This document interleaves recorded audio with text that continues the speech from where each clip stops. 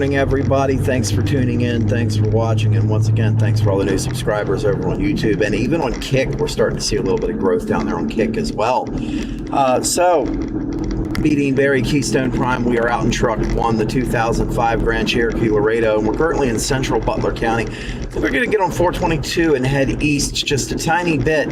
So we see the snow is coming on down out here. So one of those things that is great about winter is that you can just have a nice snow burst at any given time, as long as the temperature is low enough and you get enough precipitation coming on through. I think this is the result of a bit of a cold front that swept through here in the previous day. So we're currently seeing that radar view down there, and I can even pull that up full. I am not a fish. Remember that. If you ever get the hiccups, remind yourself out loud that you're not a fish. Like 90% of the time, it'll make it go away. Like, truly believe it. We take a look at the radar view here. See that outline all the way around the Pittsburgh CWA. NWS Pittsburgh there put out a special weather statement. And that special weather statement basically says it's about the frontal passage. You're going to be getting 35 to 40 mile per hour winds as this thing sweeps through. Decent moisture return on the back. You're going to be getting snow. Now, I can tell you right now, truck thermometer says 33 degrees. So as far as the truck thermometer is concerned, and remember, they're not that accurate, but it's what I have right now. As long as as far as the truck computer says, 33 degrees, so right above freezing. Right above freezing. And it's saying we're going to get snow, we're going to be getting some higher winds pushing through, and we're also going to be looking at some slick spots on the roads here and there. So just bear that in mind if you're going to be out and about in traffic. Now, some of you new guys, some of you guys that are new to the channel probably haven't even seen this setup yet. You haven't seen this graphics package, and this is usually what I roll with. You were seeing a lot of the phone app, but I have the ability to do all of this, so I figure why not do it. Nathan Ray Bullion, welcome to the channel. How you doing there, bud?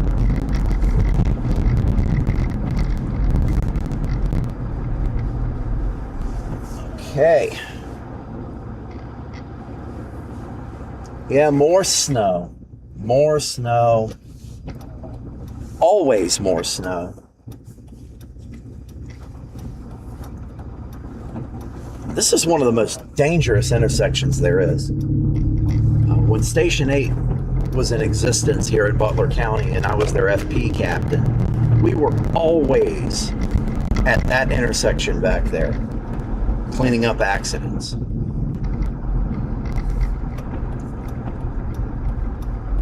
Got an ambulance here. Who is this? This is a very nice looking ambulance. Slippery Rock, yes. Of course it would be. Got the snow coming on down out here.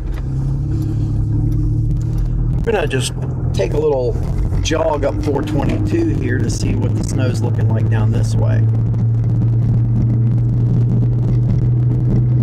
Currently, this stream is being broadcast live. Stream is being broadcast live through a combo unit. This is coming from Starlink satellite. Starlink's an air tank laying in the middle of the road back there. Starlink satellite combined with Roamlink Connect from our friends at Mobile Must Have. You can see that right down there in the bottom. Mobile Must Have. Go to mobilemusthav.com. You can get this data solution too. It combines all three major cellular networks into one easy-to-use package. And with wireless or a LAN cable, you can plug it into a Starlink and use it as a LAN and have a rock-solid bonded connection for all of your needs. I am using Roamlink Connect Fusion at the moment, and I have nothing bad to say about it. It's, you know, I was talking a lot yesterday about shrinkflation and enshittification, but this is one of those places where you truly do get what you pay for, and even more because RoamLink, you don't even have to buy the PepLink router. They will actually give you one, and they don't even charge you for it. It's just the charge for the service. They give you the router.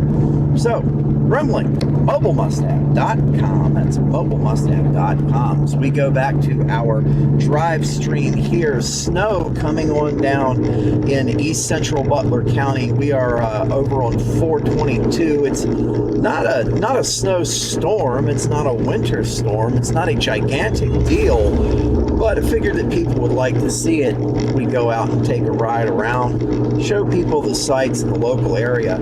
I saw the state police sitting back there at 68 and 422. So no doubt probably looking for people coming down that hill a bit too quickly, and that's justified here. That hill can get very, very slick very quickly in cold conditions, and pre-staging for any accidents that are going to be happening up 68 north and on 422 east-west. Yeah, look at this. At least we're getting some snow back for the Christmas season. Don't expect it to hold, though.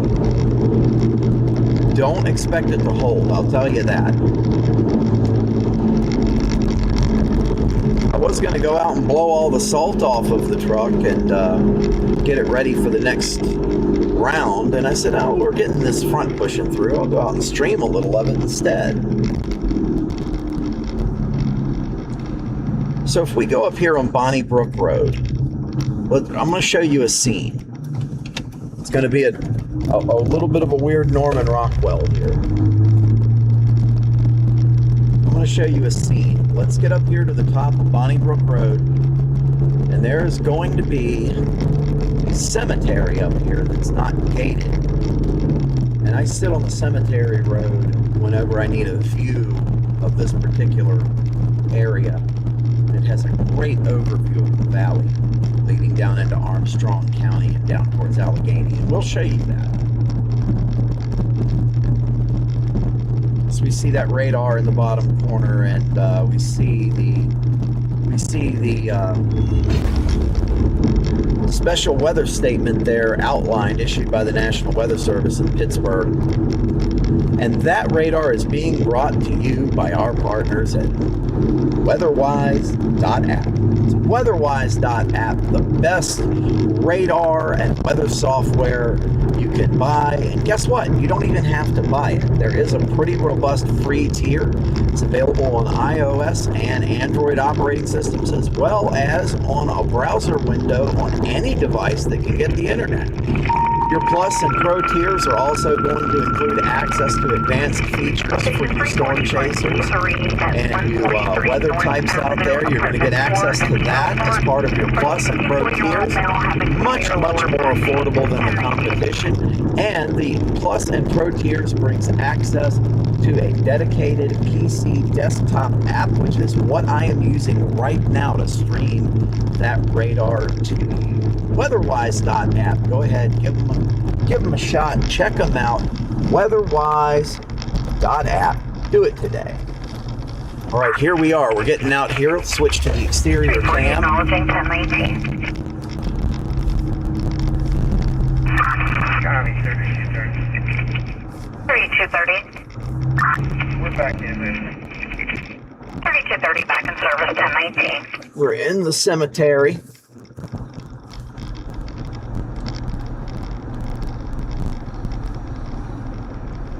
There's even houses back here too, so.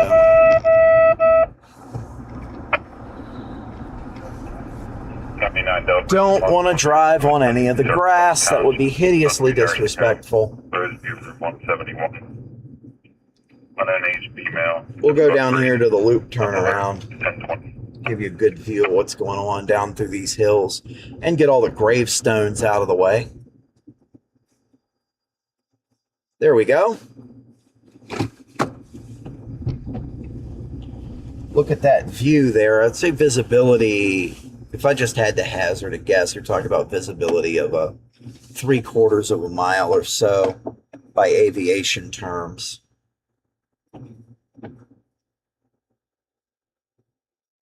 Let's go ahead and turn our camera on. And I didn't bring my camera bag. Little bit of a boofer error, but I didn't bring my camera bag, but I do have my camera. If you ever wondered what that looks like, this is it right here. We're talking about cameras, and this is it right here. 387 back in service, 1021. This is my camera. It's a OnePlus 10 Pro 5G from T-Mobile back in the day. I'm now on Verizon, but it is an unlocked phone, so it works on everything.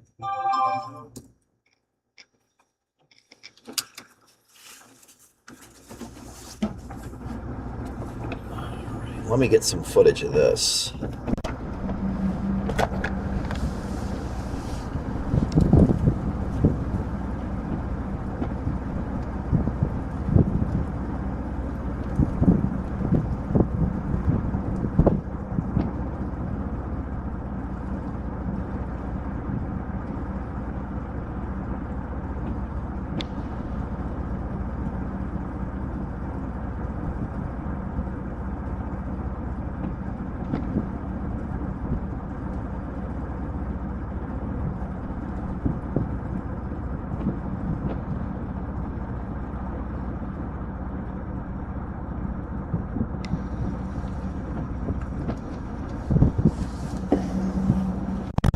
Okay, got some footage.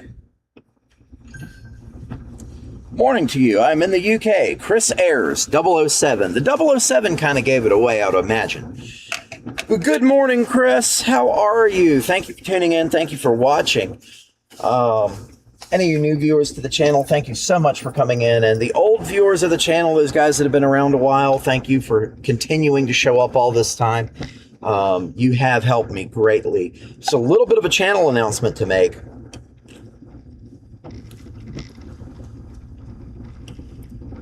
There we go. Just a little bit of a channel announcement to make. So, thanks to you guys, we surged over 1,300 subscribers the other night. And additionally, the public watch hours went through the roof. That snowstorm in Pittsburgh really did a good job of getting things moving for the channel. Couldn't be happier. Thank everybody for coming on in. And as of this morning, I haven't set it up yet, but as of this morning, we got our authorization to start accepting memberships, super chats, all of that good stuff, so I can create tons of content. I am a content machine. We're going to be putting out a lot more stuff here coming up, and there's going to be some members only stuff. There's going to be some probably going to create a Discord and that type of thing with special members only areas, all that good stuff. So, you know, there's a lot coming for the channel. I'm going to be needing more moderators and things of that nature. So, you know, I'll let you know what's going on there. Let's shift the truck. Let's take another view at what's going on. I'm going to point you actually towards the west here, and let's go ahead and move the truck so you get a good view of what's going on over to our left. I always try to respond to comments whenever I can, Chris. Whenever I can. Now, there's many times where I can't. There's many times where I'm driving or something like that, and I mostly chase solo. Kylie does still work here. Worry not, everybody. Kylie does still work here. However, she is mostly upper Midwest chases, Ohio, Indiana, Illinois, Michigan. You know, we've been to Dixie together down in the Southeast, that kind of thing. Long distance chases she comes out on. And her individual chases will probably also be on the channel here shortly when she goes out by herself when I'm not able to come out. And we're still going to be having forecasts from our good friend, Chief Meteorologist Joe Gambita, the Pittsburgh weather dude. You can follow him on X and Instagram at 412 Weather Dude. We still do work together. I really should get winter weather specialist Dan Merg on. That's at Big Merg, M-I-R-G, at Big Merg. I really should get him on at some point soon to discuss what's going on and what we will be seeing throughout the rest of the season. Right now, it's just me in the truck, and I try my best to answer everybody as they come in, to welcome new subscribers as they come in. Of course, on evenings and weekends, most evenings and weekends, we still have TJ, love her to death, quite literally.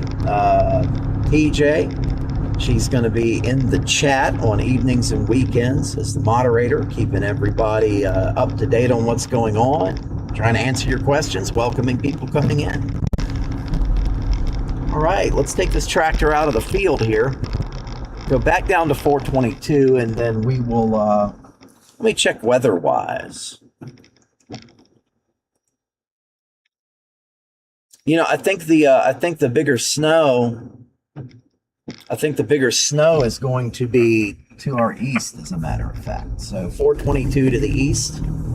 Maybe we could go over to Worthington. I bet you Worthington looks really cool right now. We'll step out of Butler County and just go right over the border into Armstrong County, and we'll see Worthington. Because Worthington's usually pretty nice in the snow. Idyllic looking street town.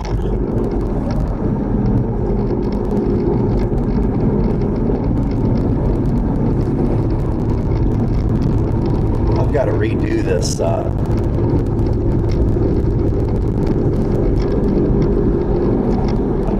this thing though. I need to put a switcher in place.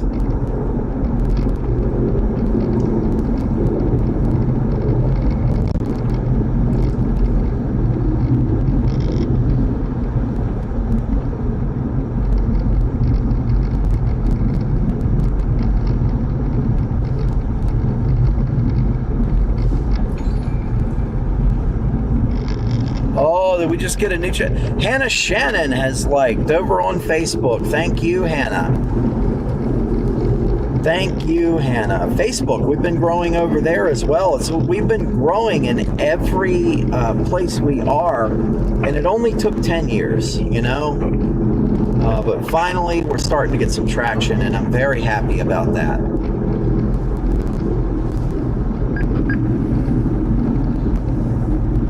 Let's adjust the volume on the Christmas loop, because I kind of want to put that in the background. I want to be able to pull that, you know. So we come down here to the intersection of Bonnie Brook Road and 422.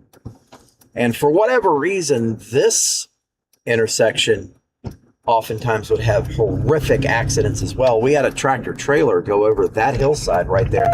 Barely missed the dollar store, but it took a Ford Ranger cab off the frame. I think we flew that guy out. That would have been back in about 2017 or so.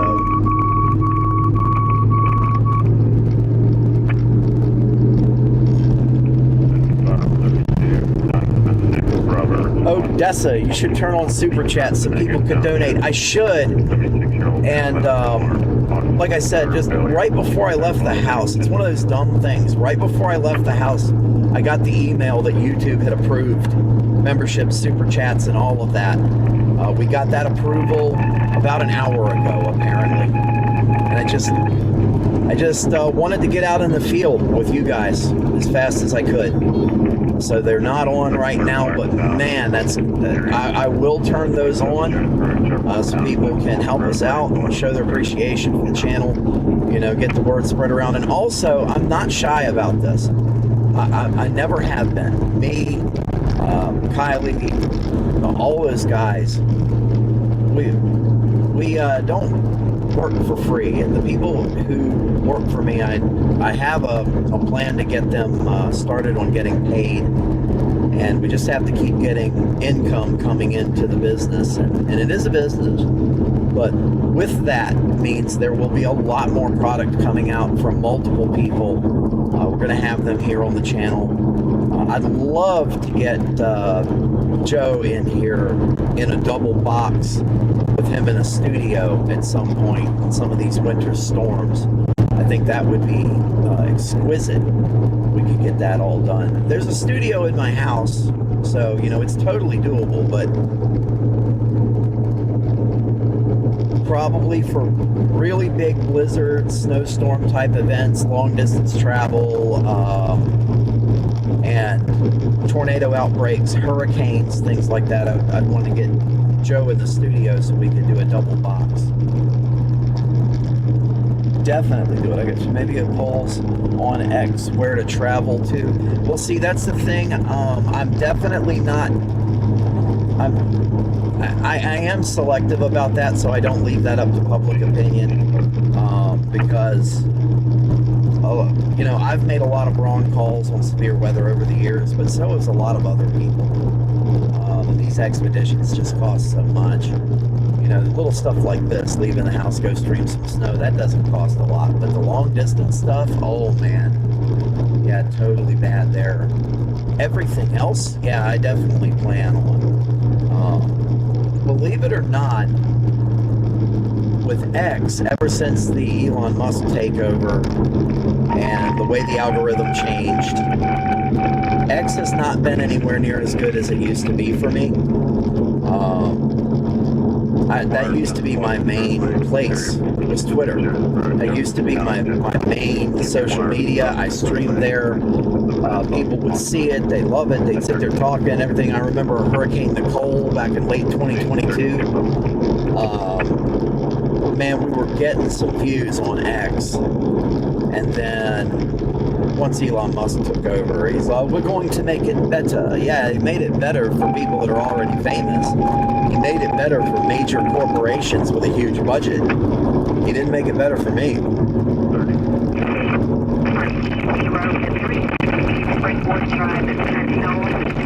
Not too long, I get it, yeah. People say what they want to see. That's true. Big events and things of that nature. I'm probably also going to be growing. I'm going to be growing the second channel. I'm trying to get people to subscribe to the second channel as well. That's Keystone 2, Keystone TWO.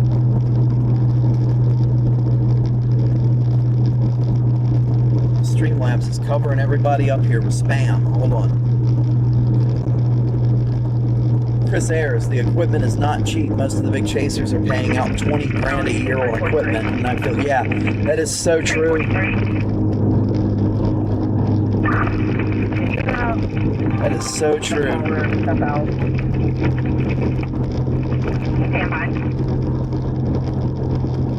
Yeah, trying to get people into the second channel though, Keystone 2 TWO, or maybe try to figure out how to do a differently branded live stream. Me and TJ have been discussing that over the past year or so about doing drive streams and visiting various places when there isn't any weather on, just to do like travel logs and show people different locations and places they might not know about or might not have seen when there isn't any severe weather going on. So I'm up in the air on whether to put that live stream on Keystone 2 or to make it some type of a different branded live stream on this channel. I don't want to saturate people too much with other stuff if that's not what they're here for, because then people will leave. I understand that. I also understand that growth strategies are tricky. And they are, man, they are. They're so tricky. I recently, and I want to say about, we're in December now. I want to say recently, as of about February of 2025, about 10 months ago, I started getting serious about YouTube. I started focusing some efforts on YouTube. And it has definitely paid off so far. It's cost a lot, but it's paid off because I started making these videos about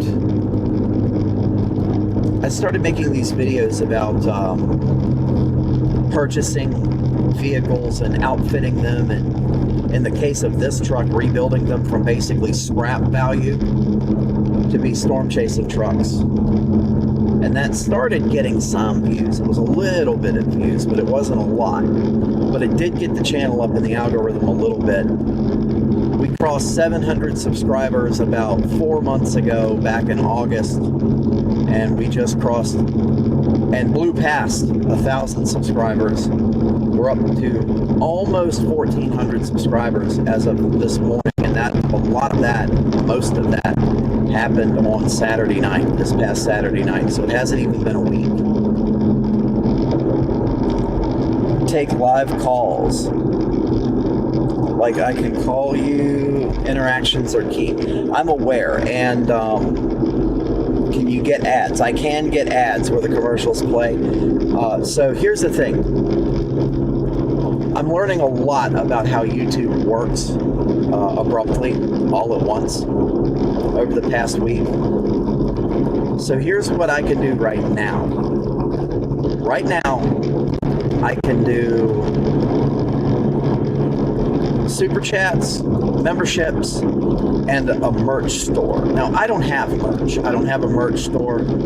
I've been thinking about it. I've been looking into it and talking to a couple of companies about who can make the merch and what prices are best. But I don't really have merch. We have branded apparel that the field crew wears. So Joe and Kylie and me especially, you know, Dan's got a very young kid. He doesn't come out in the field a lot. He is a winter specialist. When he's been on, he's done a lot of work in studio. But Joe is just now starting to go out in the field as well. Me and Kylie have been out in the field for a little while now. We have branded apparel like winter coats, rain jackets, hats, shirts, things like that. But we don't have merch. However, with ads, so ads is a different tier. We get a small percentage of ads in the pre-roll from YouTube now, but in order to enjoy the full ads, the full benefits of having ads on the channel, we have to have, I believe it's 4,000 public watch hours in the span of a year. Right now, we have about 3,200 watch hours, 3,500 watch hours in the span of a year. So we're going to need some more public watch hours, which shouldn't be hard. But I still do have that bar to entry. And there's another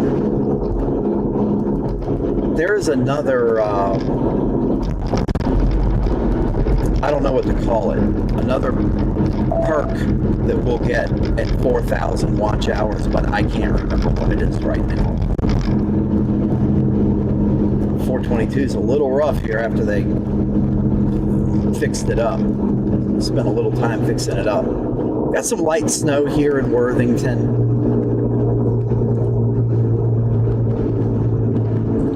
Think the roads will ice up. JJ General 1. Do you think the roads will ice up? Entirely possible. I'm going to say exercise caution on bridges and overpasses especially. Those are going to freeze up before the main surface of the road. You could have some slick roads. Like it's right near freezing. Let me grab a temperature real quick. So air temperature, according to Truck 1 here, is 34 degrees. Now, is that like 500 verified subs? No, that's the extra 500 wouldn't be verified subs. The extra 500 would be public watch hours. So YouTube measures the amount of hours that people watch your streams, and they measure it all year. It's a constantly rolling thing, 365-day window. And right now we have about 3,200, 3,500, somewhere around there. So it's the hours, the amount of hours that people watch. The other day between the two streams, there was about 42, 43, no more than that. Yeah, no, it was about 42,000 views. And some of you guys were here for hours, and some people only watched for 10 seconds. So it averaged out to around 5 minutes per view, which gave us that huge boost. It's valid public watch hours.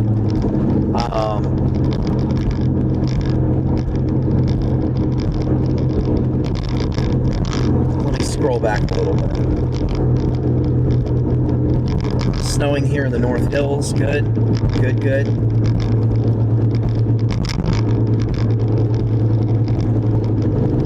So yeah, as far as the roads icing up, I don't think they're going to ice up, but they will be slick. Now tonight, be careful. The temp drops back down a little bit. Now I'm going to be at work because I still also have like regular jobs. I still have regular jobs. I work for an ambulance service. I work for a construction firm. I do have a few regular jobs as well. I'm going to be at the ambulance service tonight doing the overnight. So we're going to see how that is. We're not going to stream it. I'll put it to you that way. We probably wouldn't take too kind to live streaming from an ambulance where people are getting treatment. But, the bosses probably would not like that. Neither would the medical board or anybody else, Department of Health. We're going to go down here to the West Lake. We could go to Katanning.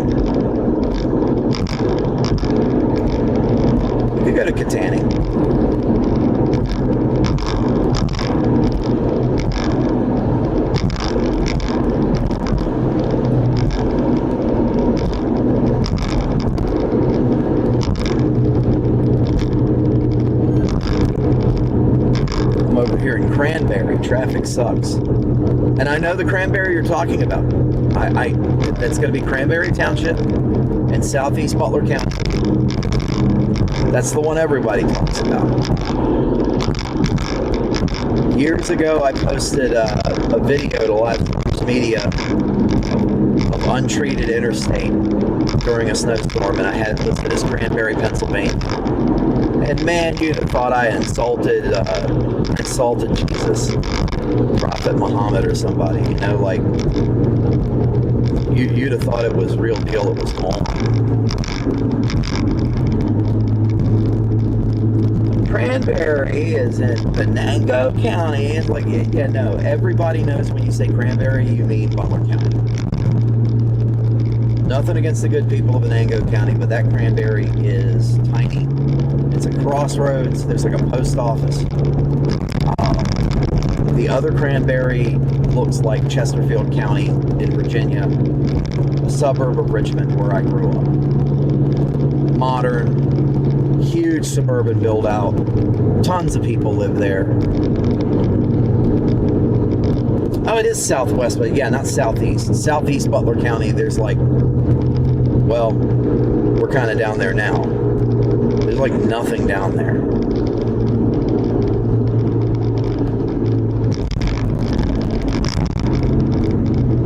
Southwest Butler County is where Cranberry is. That's right. Brain fart.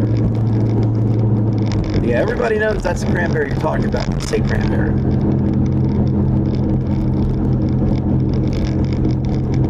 Actually has a mall, but it's kind of closed. Yeah, a lot of malls are facing trouble right now. A lot of them. Your mall is either dead or decaying or knocked down completely or thriving.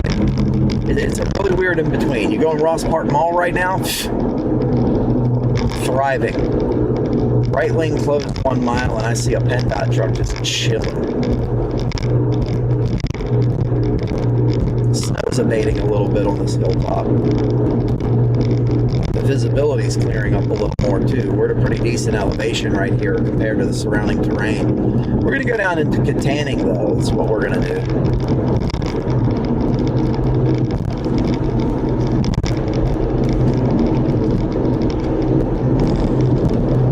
I had to fix my computer mount. Winds are very high. I'm getting blown around quite a bit. It's getting down to a 45 mile per hour speed limit. We're going to be losing this right lane.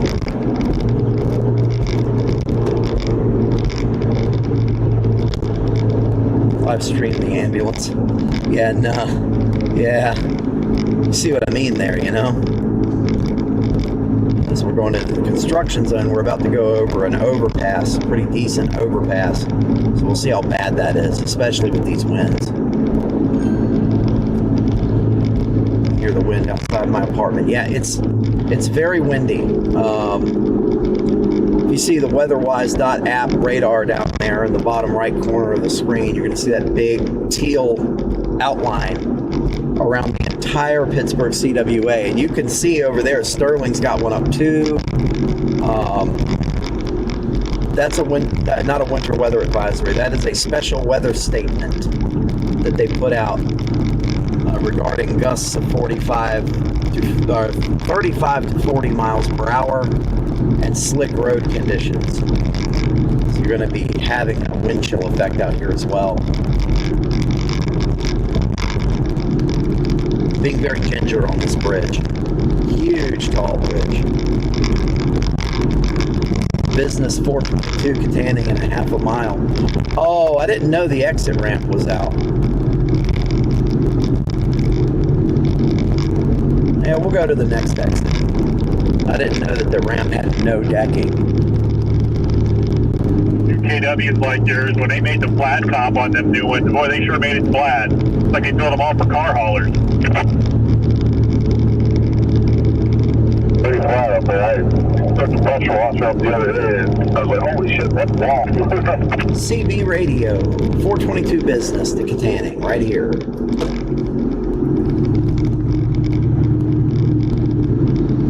Yeah, that radar down there is available from our friends at weatherwise.app, very best radar and weather app you can get.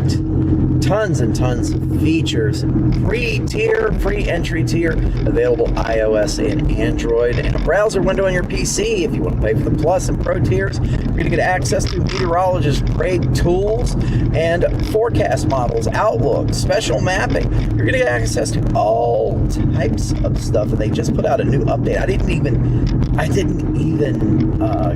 It clicked off real quick when I came in because I was in a hurry, but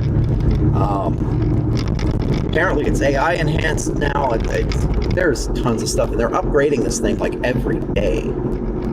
Weatherwise.app Plus and Pro tiers get access to a custom desktop PC app that you can even track yourself with your phone on the mapping in the desktop. Weatherwise.app. Of course, the stream is being provided by our friends at mobilemusthave.com. Mobilemusthave.com. We are riding on Roamlink 5G Uplink BR1 Mini router. They sent us all types of goodies, and they're the reason that we stay on the air. Mobilemusthave.com. This is currently being combined, all three cellular services, into one data pipe with Starlink satellite integrated into the box. It's all bonded in the box. That's why in truck one you never see any drops. We are bonded. We're coming into Katanning right now.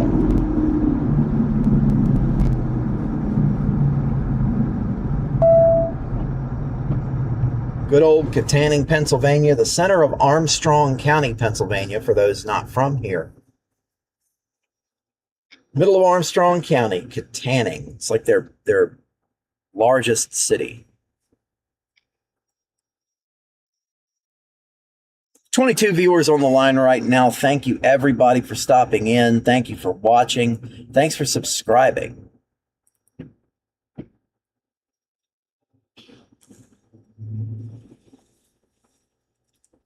Here, what I'm going to do in the background, I'm going to throw on some Christmas music. It's lo-fi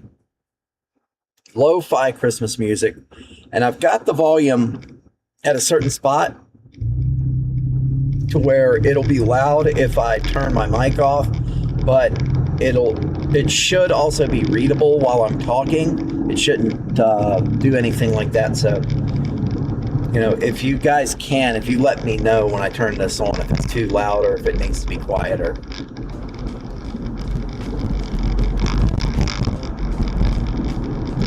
Welcome to Katanning, Pennsylvania. Back in 2017, me and my wife went on the same day right over here to TriStar Ford and bought 2 cars. It's over there on the right, tucked in on Walnut Street. Bought 2 cars. Now, they were Fords, so they were both modern Fords. A 2013 Taurus SEL all-wheel drive that had somehow been cobbled together to be kind of almost like a police interceptor, but not quite. I think it was a detective spec package. And a Ford Escape Titanium.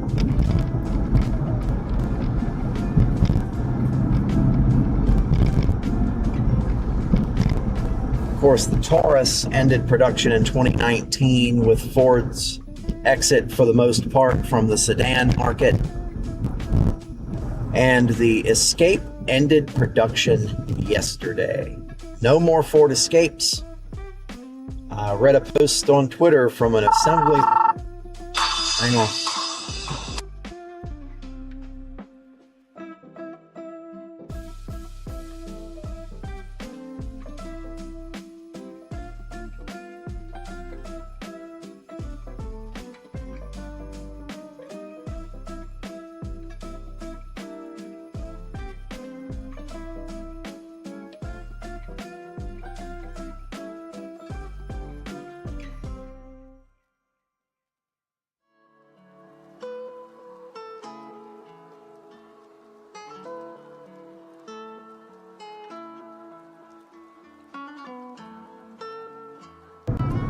Sorry about that, guys. Had to take a phone call. Oh, I didn't even see that text. I had to take a phone call here. Take a look right in front of us is the, I believe that's the courthouse, the Armstrong County Courthouse. I believe that's what that is. How's the music in the background? Is it quiet enough?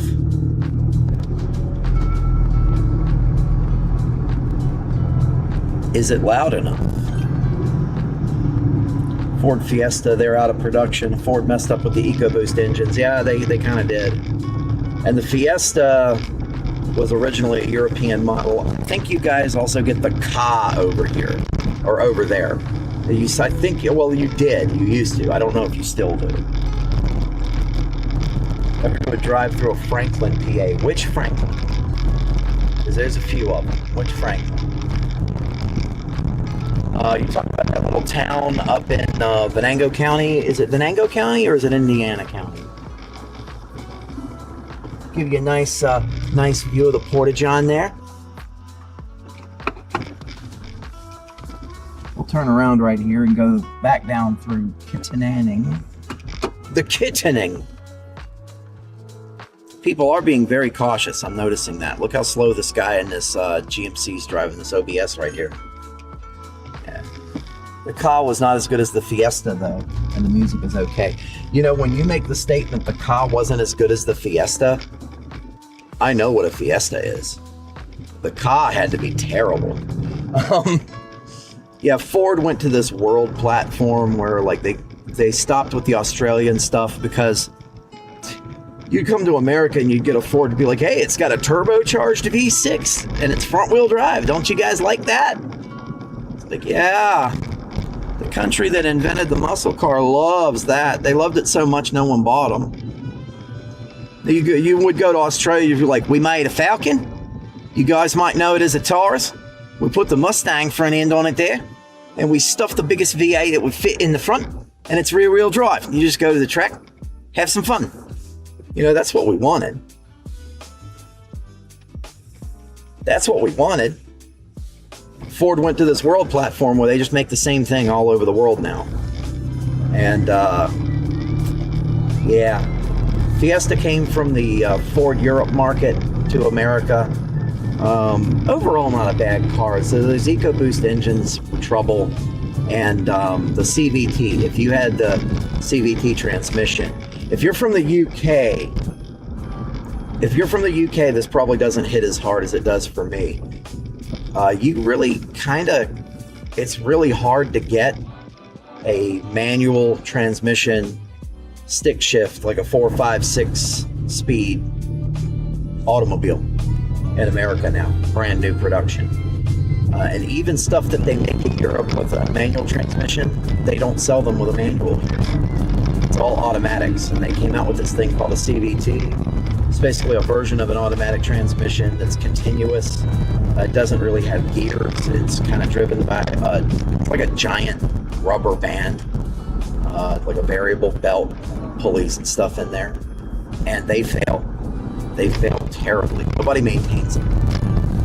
An automatic transmission in the States, with the old school with the multiple gears and everything, you could let the fluid go on those for a long time and not do any maintenance to it, and you might get lucky and it'll last a long time, or it might explode. But a CVT, don't change the fluid in the filter in the CVT for 65,000 miles and see what happens. You're going to be paying somebody $8,000 to replace that thing.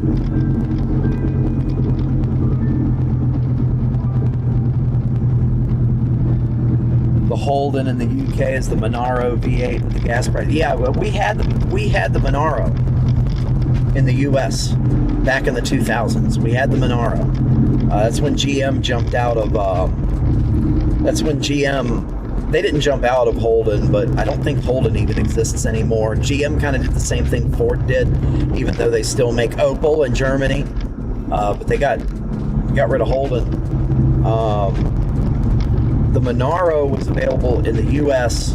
back in the early 2000s and mid-2000s as the Pontiac GTO. It was the Pontiac GTO. And we also got the Holden Commodore as the Chevrolet SS. We got I think we had one more. The Caprice, the police car, the Chevy Caprice. The last version they made of it in the late 2000s, early 2010s, early 2010s to mid 2010s, we had a Chevy Caprice police car that was also a Holden, although I can't remember which Holden it was. And the Pontiac G8 was the same car, but then they killed Pontiac.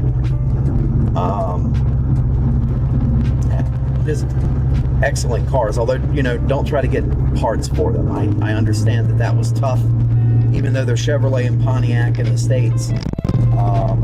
Go to an auto parts store and it's going to give them an Australian part number, because that is a thing. Australia has its own part number system, and then they're going to see that, and then it's going to be like, oh, we don't know what this is, and then you're going to have 3 people staring at a monitor, and they'll be like, well, if you want to wait for a month, we can get you parts. They got to ship them from Australia. GTO, not a fan. Take a look at this snow up here. We got a nice little chunk of snow we're over by West Hills. We're over by the Katanning West Hills split. You know what? I'll go in here. It's Hilltop Plaza, Walmart, Wingate by Wyndham. There's a couple of shopping centers up here. It's a good place to get off the street. Here we go. Let me pull in front of this guy. There we go.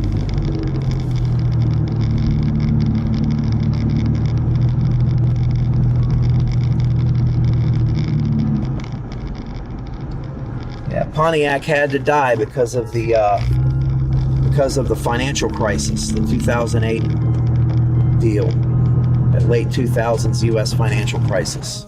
GM had to get rid of Pontiac and Oldsmobile and Saturn. They had to pare down their brands. This is the Busy Beaver. What is a Busy Beaver? Oh, it's a hardware store. I see, it's got the True Value hardware store logo on it.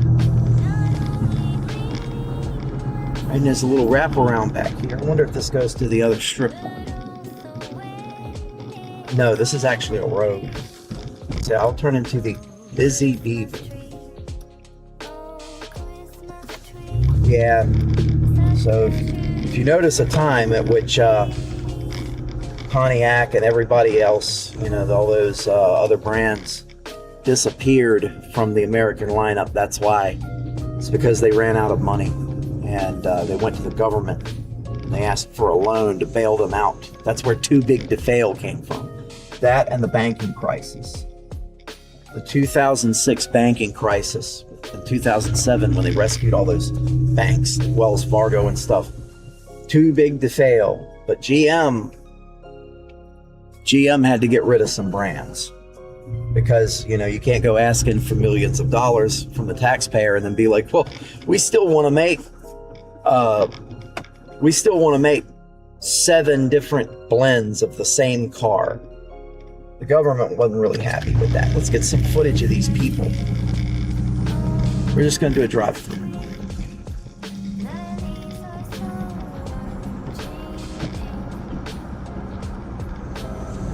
You're going to do a drive-through here.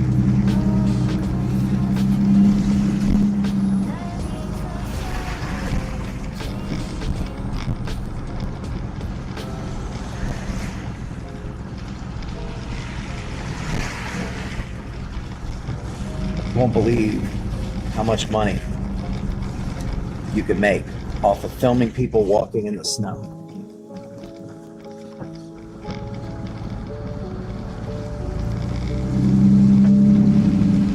Let's come out, pop out over here by the Walmart. Man, it is snowing so hard over here. It's not the worst I've ever seen, but it's not light duty. I don't have my scanner in the car today, so I'm not hearing car accidents and stuff.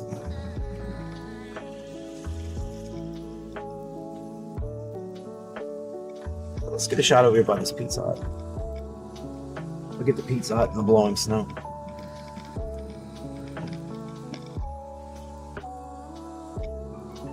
So strange Pontiac is gone. The old 70s Trans Am, yeah.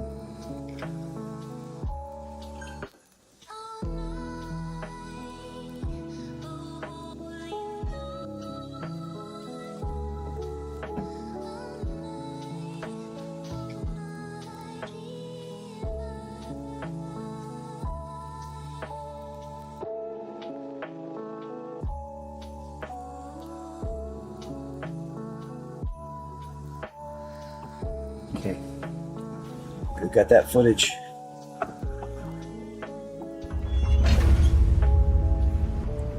Hey guys, so today we're just kind of doing a little bit of a snow drive. I was going to wash the salt off of my car, but what's the point? I'll be driving through more.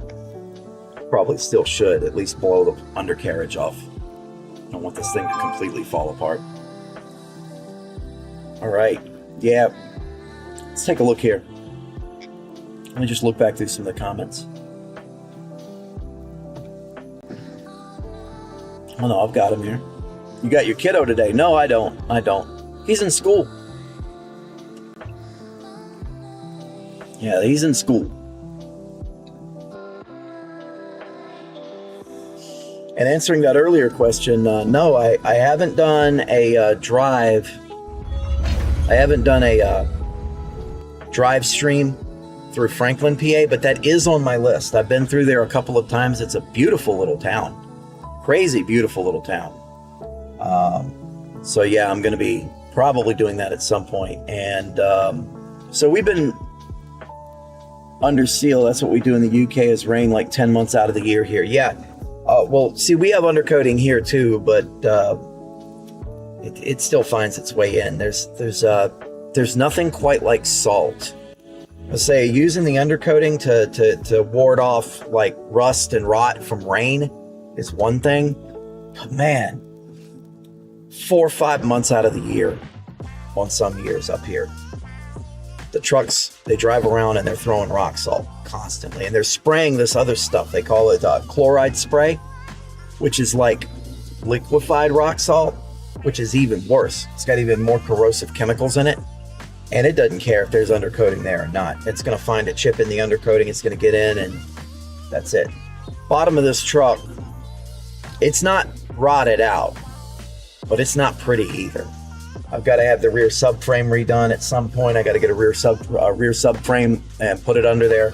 because the frame rails, not the frame rails, but the subframe is rotted pretty badly.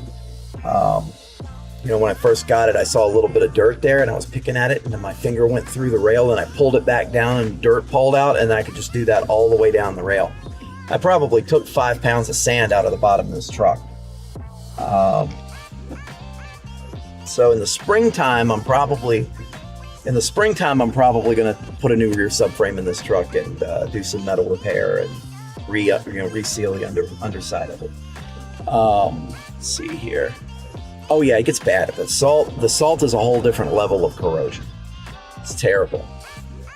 So, you know, put it in the chat, put in the comments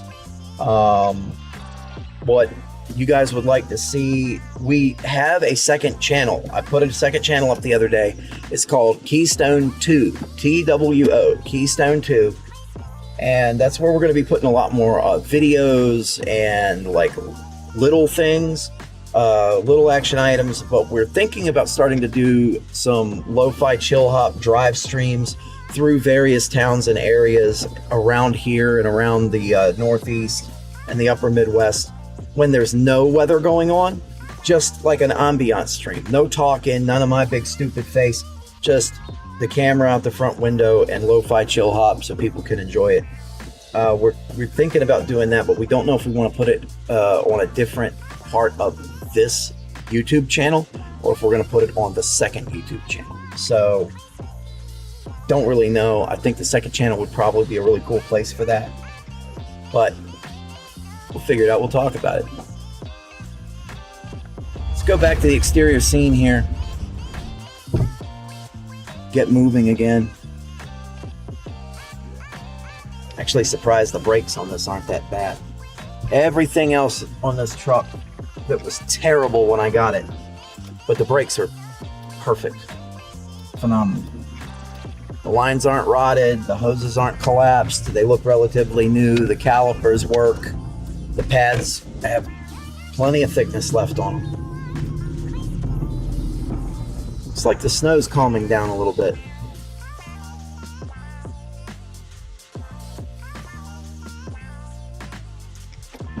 ASMR streams are nice when it's snowing. See, ASMR is a tricky one for me. Like if it was just nature sounds, that would be great. If I could put up a couple of cameras, just do like, and just have the sounds of nature, the sounds of what's going on in the background behind it, that'd be great. But this is gonna be graphic and this is gonna be naughty. So mute it for about the next 10 seconds if you don't want to hear this. But most ASMR streams are blowjob simulators, especially on Twitch. Most ASMR streams are exactly that. You got some girl wearing fishnets and next to nothing sitting at a desk sucking on a microphone. So maybe that's giving ASMR a bad name. Too much of it is like people eating. Like I get it, some people really like it, but for me personally, man, oh my God, if I can hear someone eating, I want to murder them. Nature sounds would be cool, just the ambient sound around you. You know, where you are there. It's an Arby's, Taco Bell.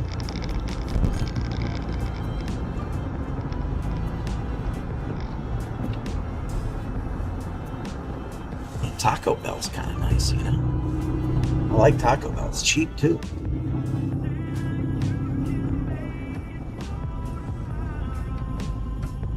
Here we'll hang out here. We'll get a view over here of the state police barracks and the park and ride. We'll just kind of like put it like right here.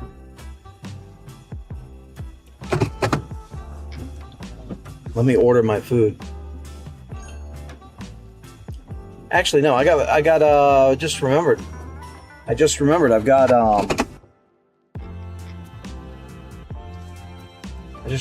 got like chicken pot pie, like biscuit top chicken pot pie in the fridge at home. So we'll be cool there then. Snowing upon snowing, man. A little lighter than earlier though. Let me crack these two rear windows, the defrost to work properly, get some proper mixing of some hot and cold air in here.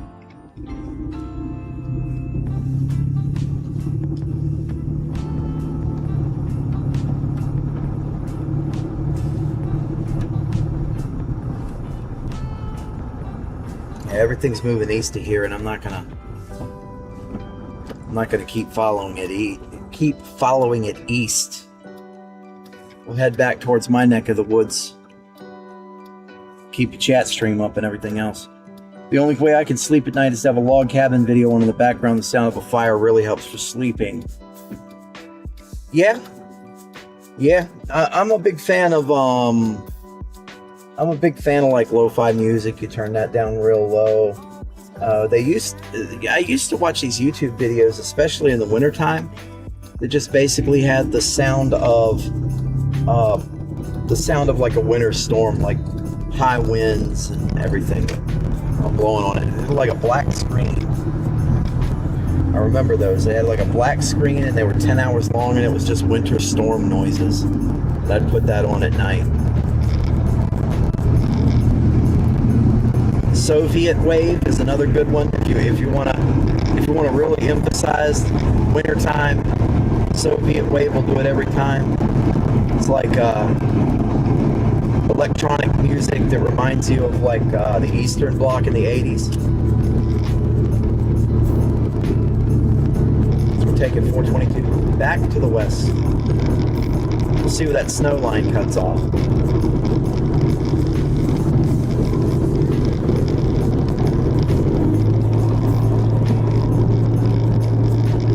The weird thing about this truck is the door seals are good. The weather stripping's good. I don't get leaked on.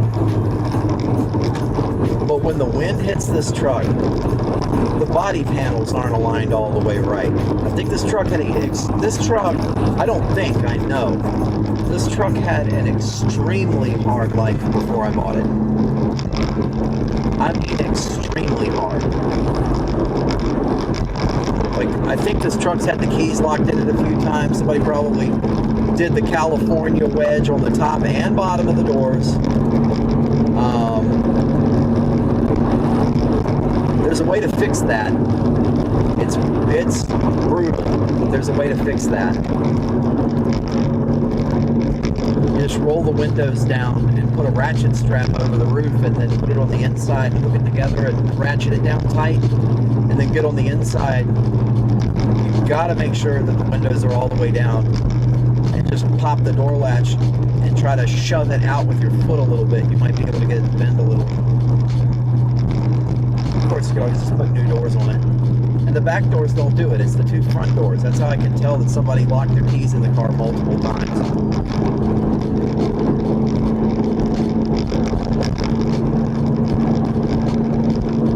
I'd like to remind everybody, Keystone Prime is streaming live to multiple places. So if the place you're watching it isn't your favorite thing, you can go to your favorite thing, and we're streaming there more than likely. We're streaming to YouTube, Keystone Prime, to X, Keystone Prime, to Facebook, KPWX Media. We're also streaming to Kick, Keystone Prime, Trovo, Keystone Prime. We're looking into Rumble right now. Usually we're also streaming to hascams.com, livestormchasing.com, and the Weatherwise app, but I don't have the feed up for those at the moment. Not at the moment.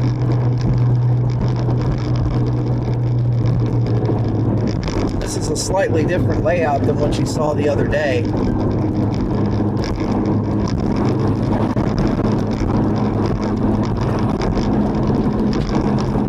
I say slightly different, entirely different. This has like production scenes and stuff. This is a different layout from what you saw the other day. Let me just say that. This is what I usually stream at right here. It's this layout.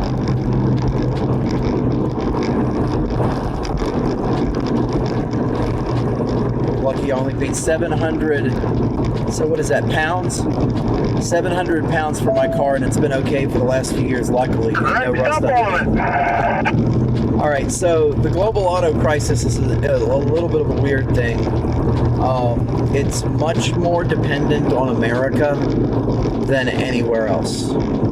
So, like in the U.S., new cars are insane. Used cars are insane. Everybody's car is a one-of-one, no low balls, $6,000. I know what I got. Meanwhile, it has 250,000 miles on it. It's running on 2 cylinders, and it won't pass an inspection. And I took, there's tons of stuff like that out there right now.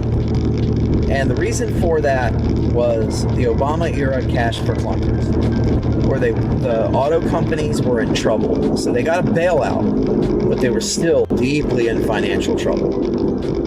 And in order to drum up business for the automakers, they were trying to get people to go buy new cars. So they had this program called Cash for Clunkers, where they would take your old car, they'd say inefficient car. Oh, and green. Yeah, green. It was supposed to be like environmentally friendly. So they would take your old car and they dump the engine full of silicate gel, basically. And then they they'd replace the oil or some shit with this silicate gel, and then they would put it in neutral and start the car and put the pedal to the floor and run it until the motor exploded, and then they put it in a junkyard. And that car, wasn't allowed to be back on the road or whatever. And it was supposed to make people buy new cars, because if you did this, if you used the Cash for Clunkers program, your trade-in would be destroyed, and you would get, I think, $1,500. You'd get $1,500 plus the trade-in value, all this other stuff. And people did it. They did it in mass. So all of those old used cars from back in the 80s and 90s and 70s that we used to be able to get here for $300, $400, $500. Well, all of a sudden, overnight, they were all worth $1,500, and it never came down. Never came down. To mention, I went to Ponderosa, Butler Wednesday. What a day full of meatloaf chicken. Oh, you went to Ponderosa. It auto-corrected some of this. 3 soups, desserts, yeah. Oh, the Ponderosa, it's one of the, I thought it was the only one left, but apparently it's one of like a few left. That's the Ponderosa up there at the Clearview Mall.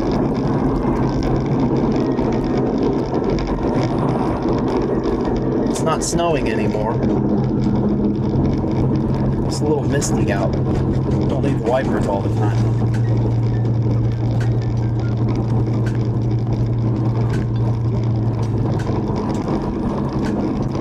$250,000 miles, yikes. My car is 17 years old, just on 100,000. Yo, you're lucky, bro.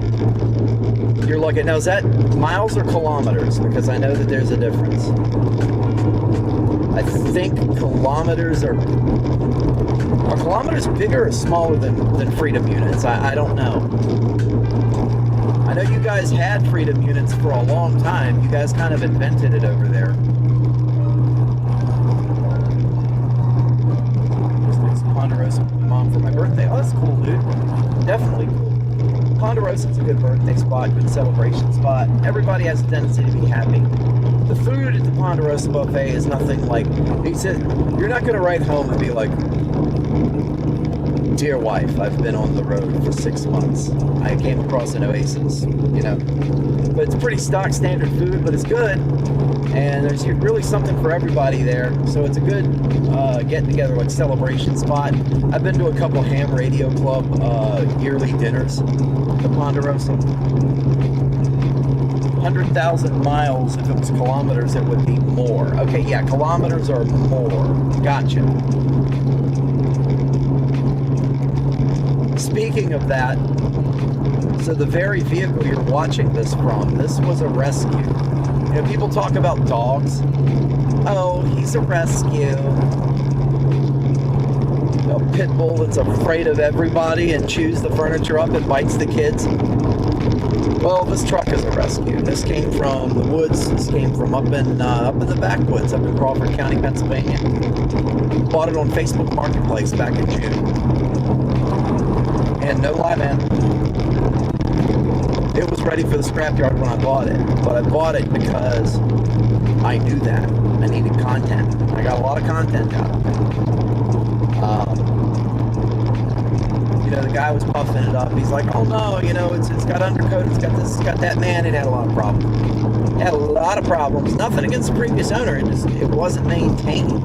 And you can tell it was a quick turnaround made to try to get it back out the door. And you run into a lot of that up here in the woods. You run into a lot of impromptu used car dealers on Facebook Marketplace.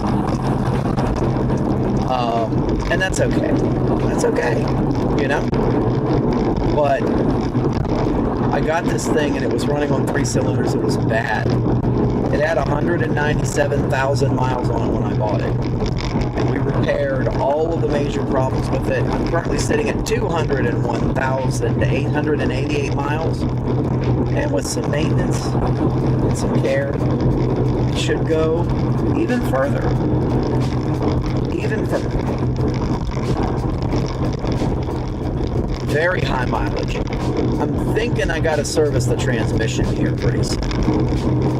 It's it's from a weird time in Chrysler's lifespan. It was from the Daimler Chrysler era where Mercedes-Benz was a co-owner. I've got some more stuff. Came from the Daimler Chrysler era where Mercedes-Benz was a majority stakeholder there. So this V6 20-year-old Chrysler Jeep has a Mercedes-Benz I think it's a W5085A 5-speed automatic transmission. I've heard nothing but good things about it. Nearly to the moon, 250,000 miles distance. Yeah, we're almost there. And then I can start work on driving it back from the moon. Love this truck. This thing is just the right kind of clunky. I love it. It's got a crack down low on the windshield, and the windshield is impregnated with cigarette smoke. I understand there was an older lady that owned this before the guy that sold it to me. When I first got this truck, you see the Truck 1 from Garbage to Greatness video. The first thing I do after I get it is clean it out. And man, this thing was packed with cigarette butts and trash. Once again, not something I mind. However, the cigarettes definitely took their toll on the inside of the truck. So the glass will haze over sometimes. You can't get it to come back because no matter how hard the defrost blows on it, you've got how many years worth of cigarette smoke impregnated into the backside of the glass. And I've cleaned it with industrial glass cleaners and everything else so many times and it never comes off. Never comes off. You clean it, you look at the paper towel, it's brown and yellow, and then it happens all over again. It just keeps happening.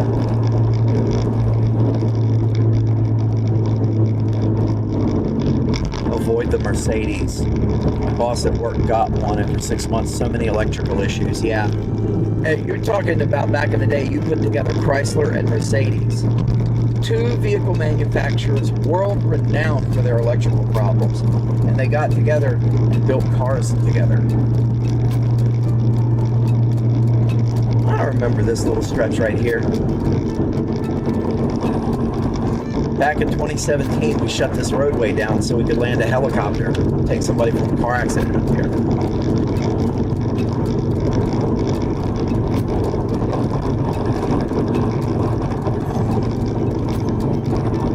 Back when I had a 1998 Mercury Mountaineer. 1998 Mercury Mountaineer. Love that thing.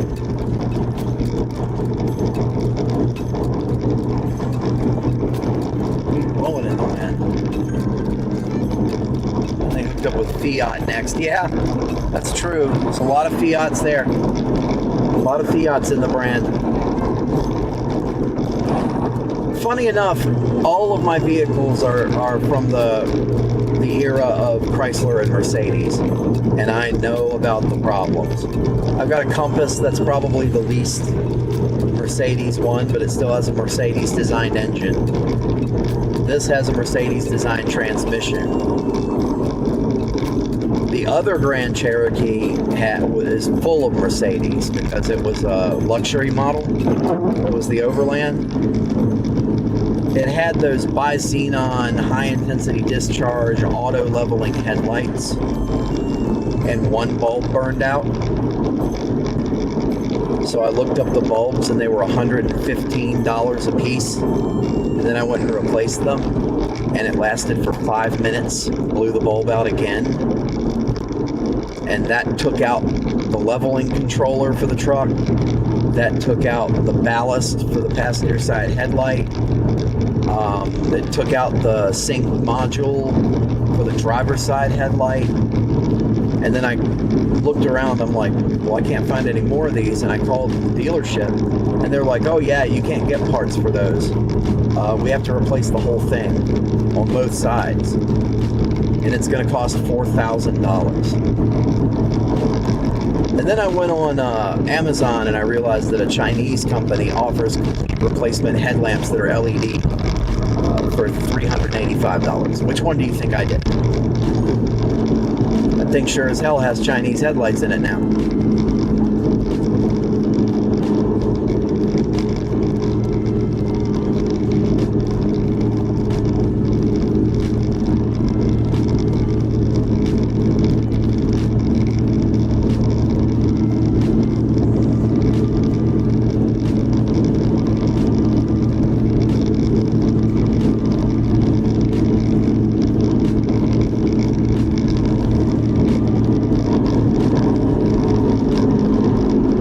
Back down here to Bonnie Brook at 422. Yeah, so one thing I will give the Chinese, no wonder they're doing so well. Yeah,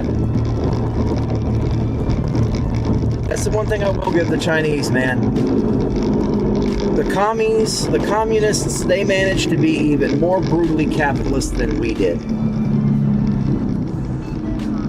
The Chinese, they'll get wind that there's something that is needed. And the Americans will be like, oh, well, you know, this is how you replace them, and this is what the score is for this, and, you know, you have to buy new ones, so you go to your local dealership and give them $4,000, and they'll put new ones in. Meanwhile, the Chinese are like, hey, we hear you guys are charging people $4,000 for a pair of headlights. How about we're going to make you a pair for $400? Boom. Automatically. It's in volume. That's why they're doing so well. It's in volume. One person might pay $4,000 for to have their headlights replaced at the dealership because, well, that's the original equipment spec, and that's what Chrysler says I need to do, and I'm going to keep this truck factory perfect for as long as I can, and that's what they have. For every one of those guys, you got 100 people just being like, yeah, I'm buying the $400 ones, fam. I won't do this in my garage. I'm going to pay $400. Mr. Chen said they're $385. Oh.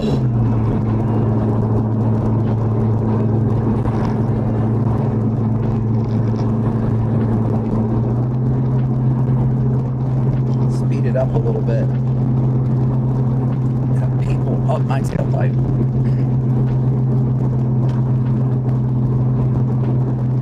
In a Mercedes, by the way. Up my tailpipe in a Mercedes.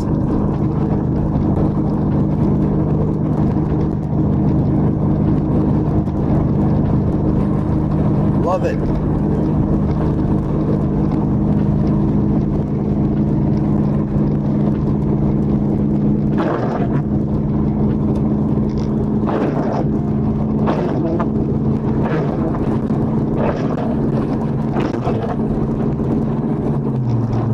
Salt gets real dry on things. That's the chemicals.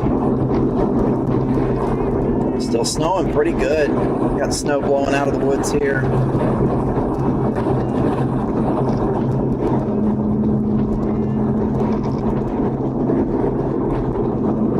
This truck has a few of those Mercedes things in it, the BCM, the TCU, and the PCM, and all that stuff, all talking to each other to make the thing work, but this is still pretty rudimentary Jeep compared to the later stuff.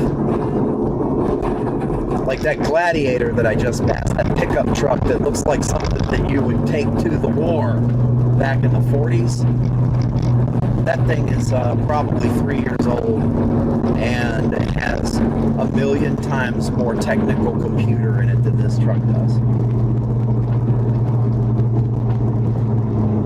Let's get past the exit ramp here and the entry ramp. All right.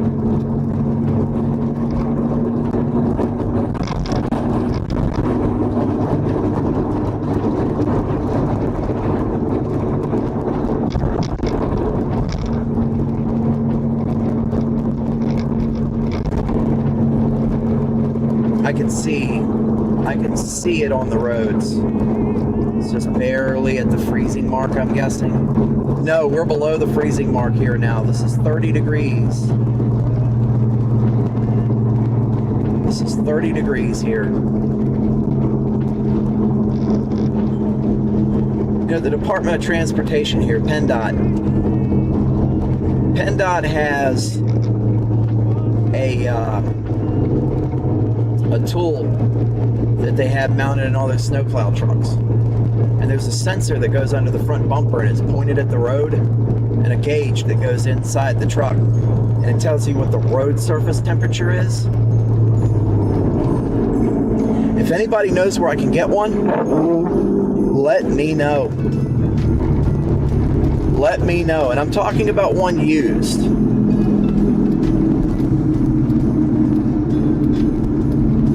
I'm not looking to pay, I think the last time I checked those things were like $2,400 new or more. Now, I'm not looking to pay that for a thermometer, let alone 3 of them, or at least 2 of them. But I definitely would like at least one, and I'd like to find one used. So if you know where to find that, let me know.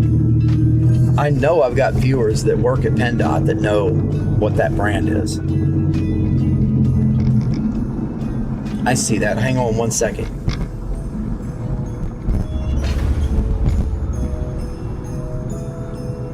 Did it change? And can you hear me? Did it change? And can you hear me?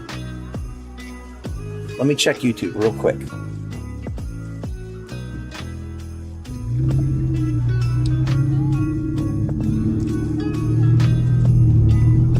Okay, it did. Change, and can you hear me? It did. Okay, so the screen changed. Here's what we're gonna do. I'm gonna give you a different view here. That is still frozen. But I'm going to this gas station right up here on the left. I'm going to this gas station right up here on the left, and I can fix that. I was going there anyway, but I can fix that. I think I know what the problem is.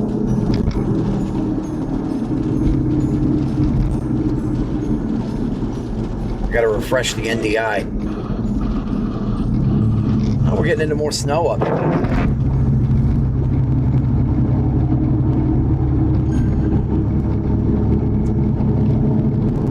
Yeah, it's an NDI camera. And sometimes they do that. It's kind of a pain, but sometimes they do that. Every now and then with this truck, I will run into just the perfect combination of an area where every cell provider has low service or no service, and there's trees overhead, so the Starlink doesn't work. Every now and then that happens. Here we go. Come on. Yeah, I'm gonna go to this gas station up here.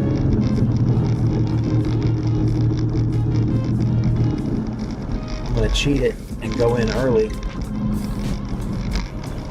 At Lewis and Clark's. Louis Charles haircut place. What do you call that? Fancy haircut place. Salon.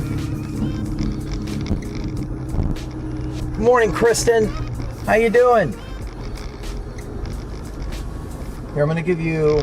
We're gonna get this. We're gonna get this changed around and redone, and I'll give you a view of probably one of the most Pennsylvanian things you can see: a sheets.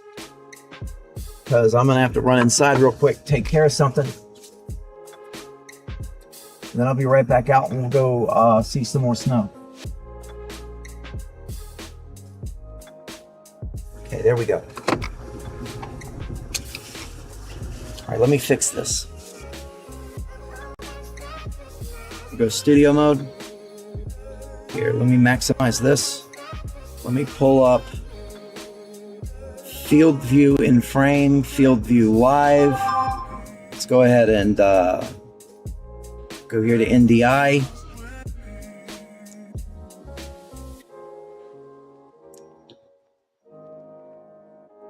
Deactivate, activate.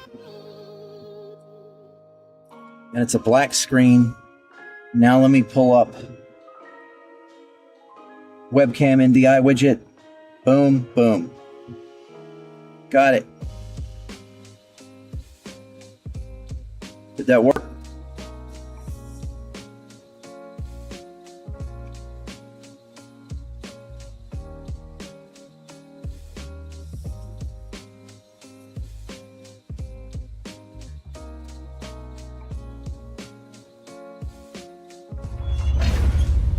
There we go. All right, that should have worked. So just give you a view of what's going on, give you a view of what we're seeing out the windshield. You'll be able to see the empty inside of the truck. I got to run in here, take care of something real quick, and I'll be right back. We'll go do some more streaming.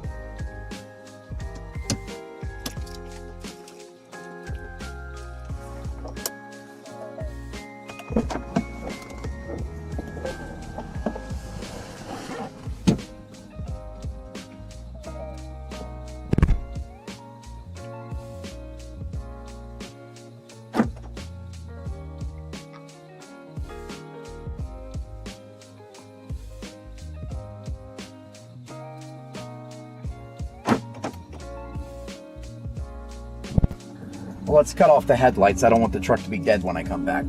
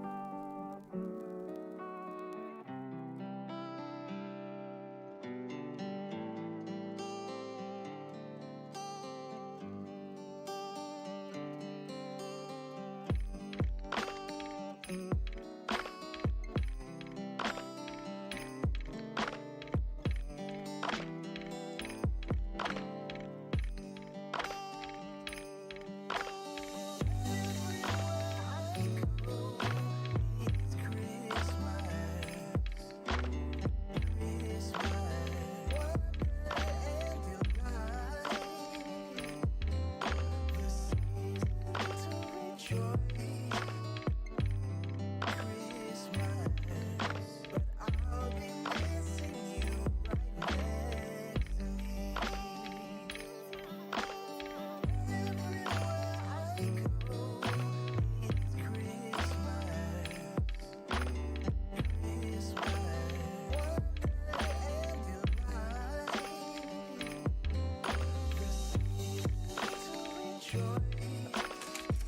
everybody, we're back in the truck.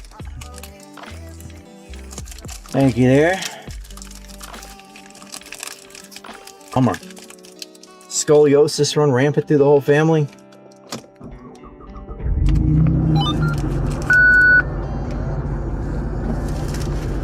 All right, so we got some snow blowing through.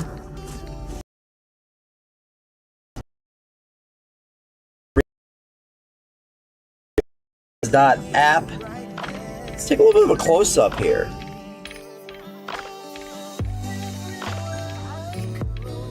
More to the north, some down in the city of Butler. And then you're going to see more going up to Shakora and East Brady. But the city of Butler is getting it pretty good right now. City of Butler's getting it pretty good right now. So let's go ahead. Let's go ahead and get down that way. Let's go to the city of Butler. See how it's doing down there. City of Butler always looks real Christmassy when it snows.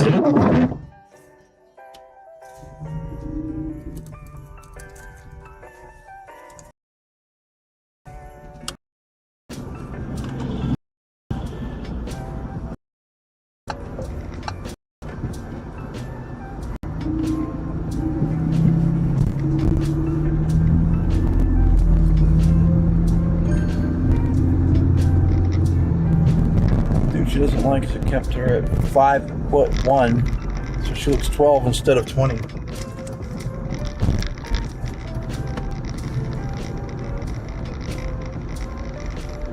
Yeah, but much love for the short girls out there. I love short girls.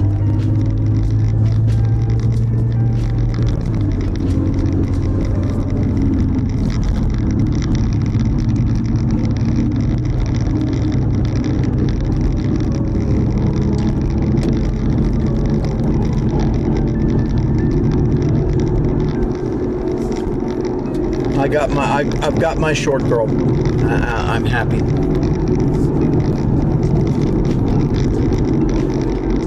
I couldn't imagine being in the dating market right now. Every 5'2" girl out there's gonna be like, I want a man that's 6'7".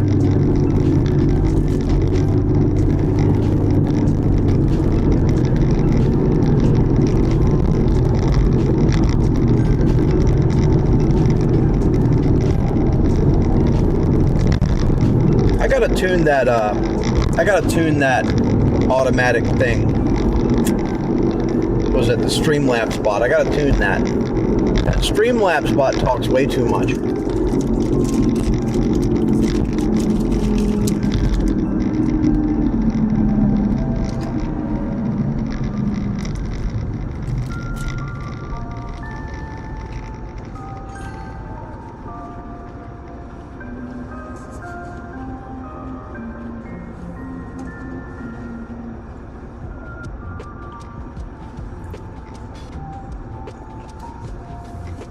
Feisty and mighty. You guys sound Italian.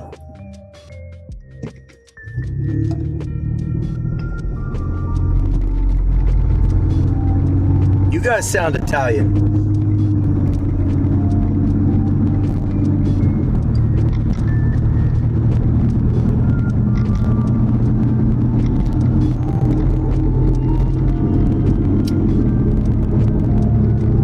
Oh, look, we're actually starting to get some snow coverage over here. We're starting to get some frozen precip sticking to the ground over here. This bridge on this hill.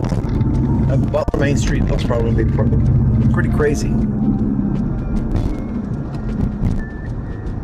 Probably going to be pretty crazy. At least a little slick, you know? Here, we'll give you the exterior for the descent.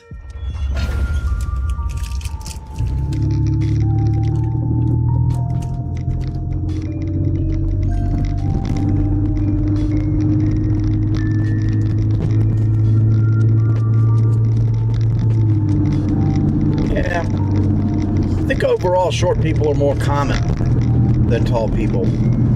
I'm 5'7", TJ's like 5'1".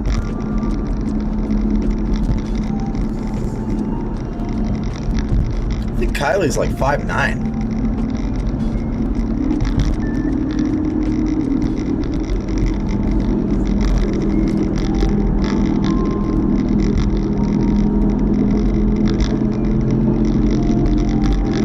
Oh yeah, coming down the city of Butler. Good Lord. It's starting to look like a Christmas postcard.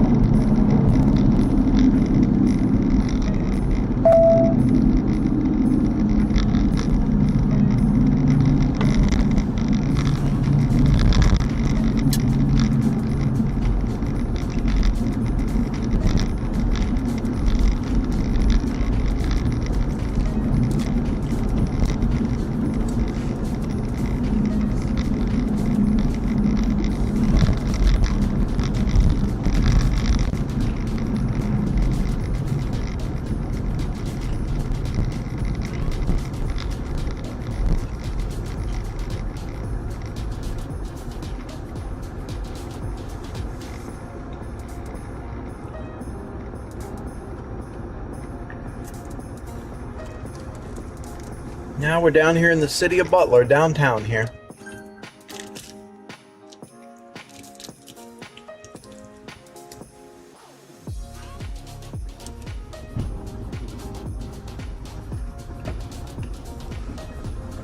You go over Padova and get held captive there, yeah. But then you didn't think you could go to Torino? Go to Torino, you could see the Maserati factory. I go down to Bologna, visit Ferrari. It'll be great.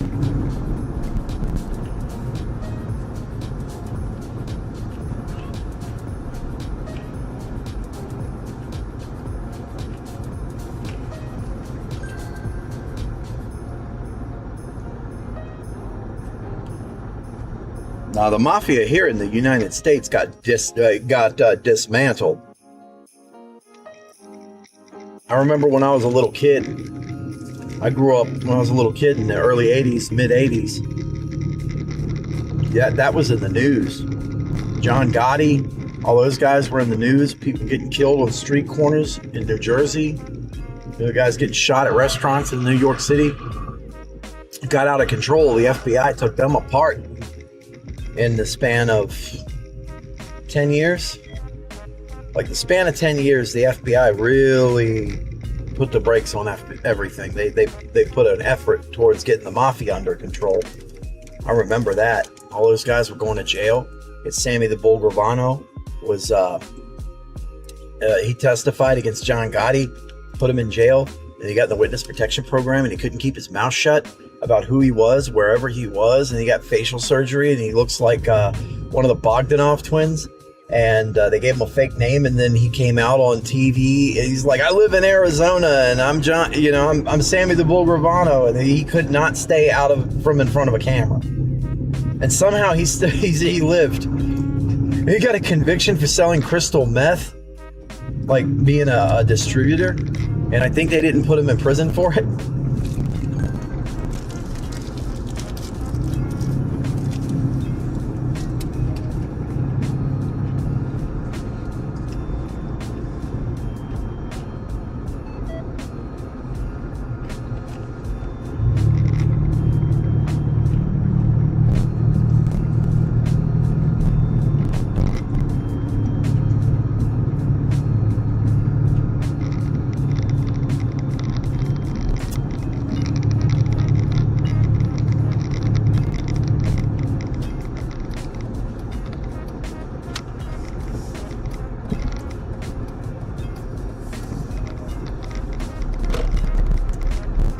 Go by the government center here.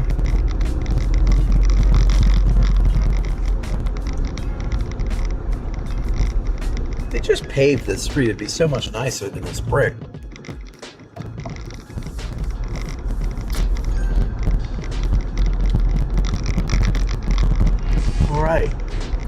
go down this back street here. We'll go back down here by the car dealership, by the dealership service center.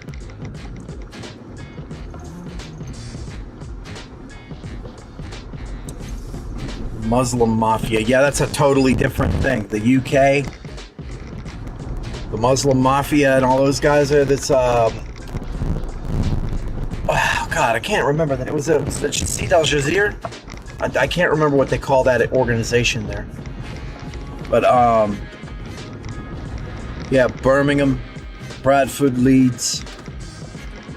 Very dodgy. Well, Birmingham's been a place where they make steel and you get stabbed for like a long time. And then think Ozzy Osbourne and Lemmy Kilmister were from Birmingham.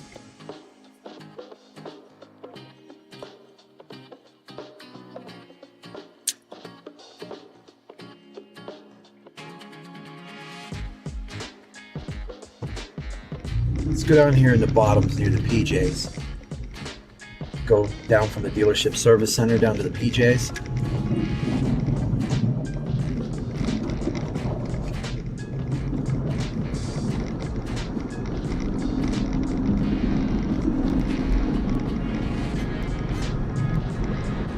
Snowing, snowing.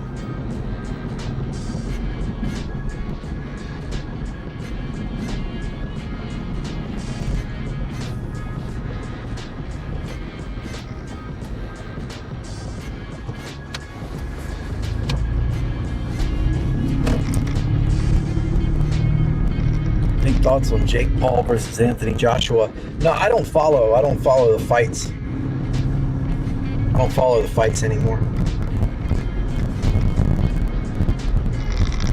I watched him fight Mike Tyson, but that was just because it's Mike Tyson. You know, I remember Mike Tyson from when I was young.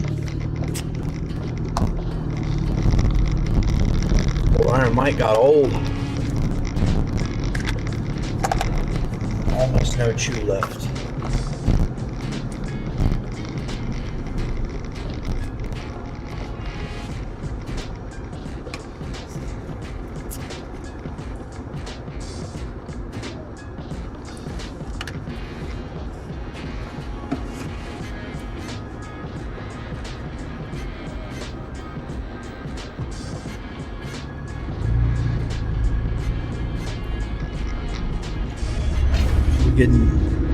Getting down here into the meat of the city of Butler.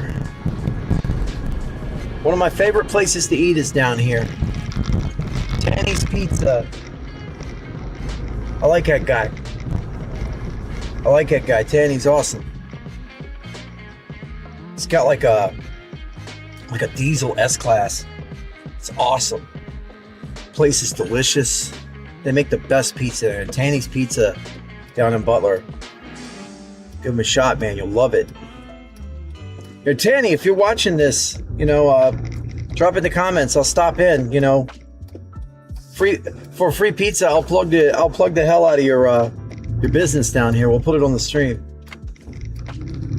You know, just get at me. We can work a promo together. I know you love the social media stuff. Work a promo. Let's see.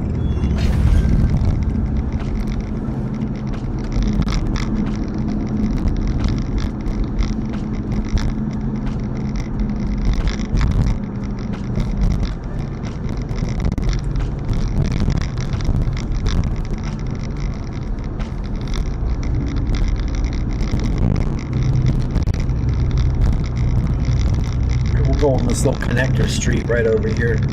I'll show you guys where it is.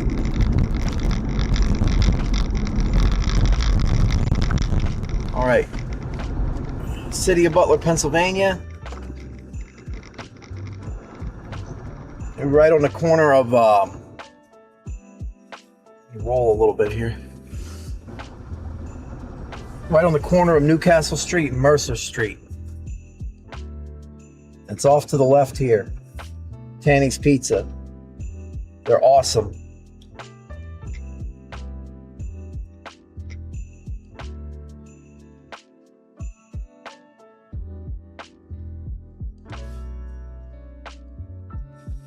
delicious. There's a park back here I'll go to as well. Okay, there it is. Tanny's Pizza's right over there on the left. That joint right there on the corner. So delicious. So delicious. I love that place. Oh, we got something new. You got an Audi? No, that can't be him. That's got to be his son. Can't be, dude. That's got to be his son. What was that guy doing? He's going around all these potholes. Tanny would never drive an Audi. Mercedes, all the way. Quality.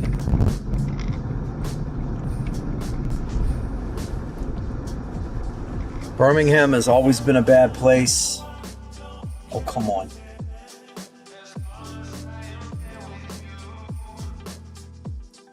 Birmingham has always been a bad place. Most of the UK has gone downhill. I live in Ascot, so it's a posh area there. Well, literally it's named Ascot.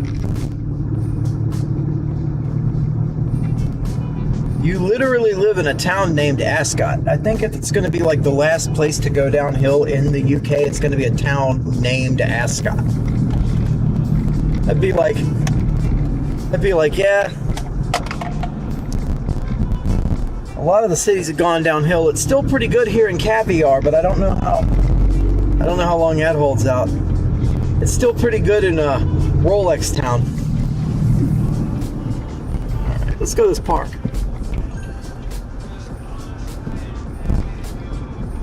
Yeah, I've got to tweak that bot. Because that bot, the Streamlabs bot, talks way too much. And it covers up the comments.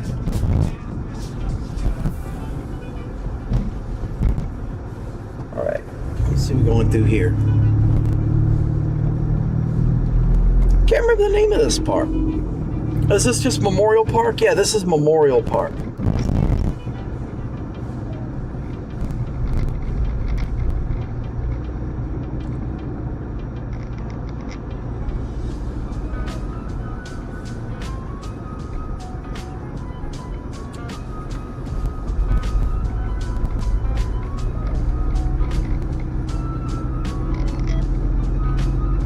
Definitely getting some true, especially when the king goes to race course each year. Yeah. If the king is routinely in your town, like we don't have that here. The closest thing we have is Donald Trump, and he owns his own joints and stuff. But if you have a king and the king comes to your town every year, it's probably not that bad a joint.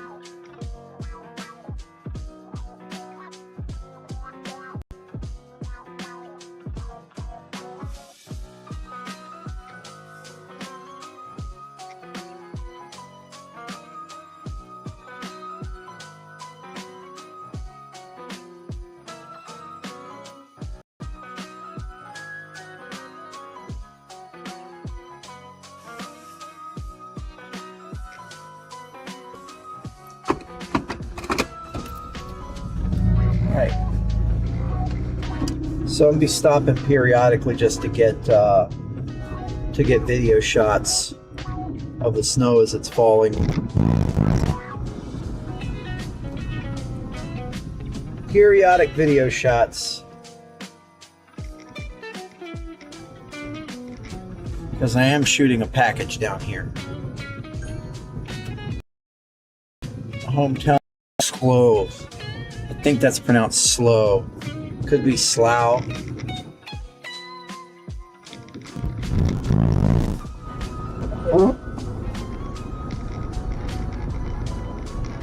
So weird having King Charles now. Not that it matters much in my daily life, but my whole life growing up we had the Queen, and probably yours too, and everyone else's in the UK. Man, that woman had some life on her. But you know, she became queen in what, 1953? And she didn't die until 2021, 22, somewhere in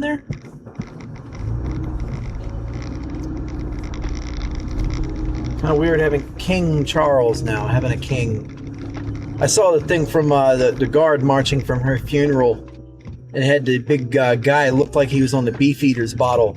He was up at the front of it, make way for the Queen's Guard! And you see him kind of laugh for a second, like, or also the King's! Like, I remember that.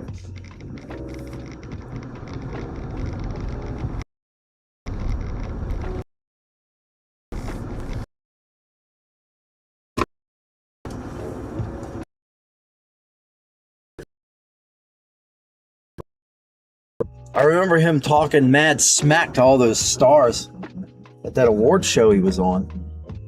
I remember that. I'm gonna get some more shots here.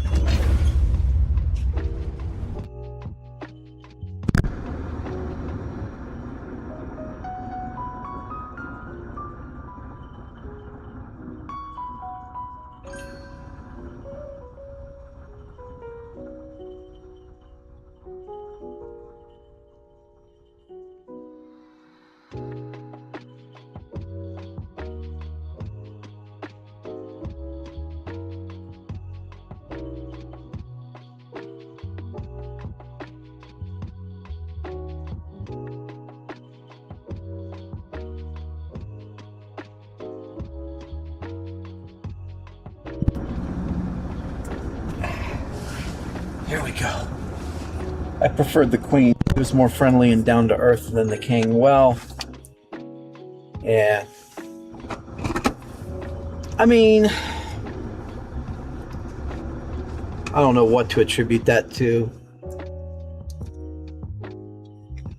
You'd know better than me, but yeah, I always liked old Queen Elizabeth. My cousins, no lie, and I was never disabused of this notion until like my dad realized it when I was like maybe 8 or 9 years old. My cousins, their dad, his mom, their grandma, looked like in my memory, looked just like the Queen of England when I was a little kid. Looked just like her. And it was funny to me because we go over their house and visit and everything else, and like I was always a little unsettled, but I never said anything. And then one day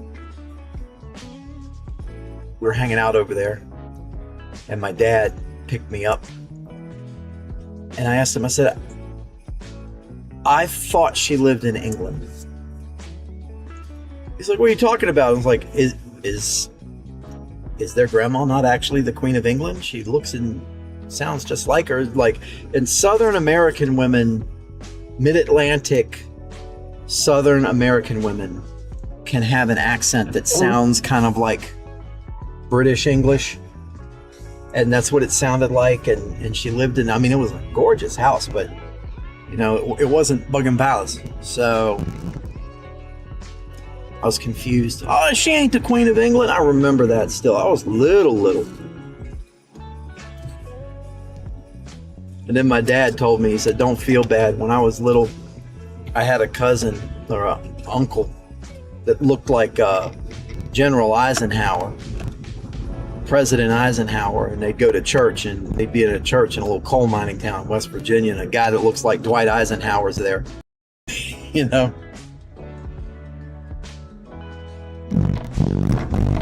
Man, they got these horrible rumble strips all through this park, and those are somewhat new. I don't remember. The last time I was here was in the fall when I did a foliage report hit up here. See, they got a close.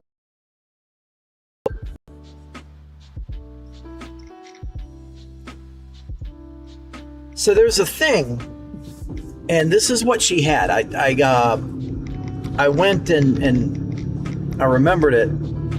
This is what she had. If you're not familiar with it, look up on YouTube later. You know, not when we're watching my stream, but there's a thing called the Mid-Atlantic accent.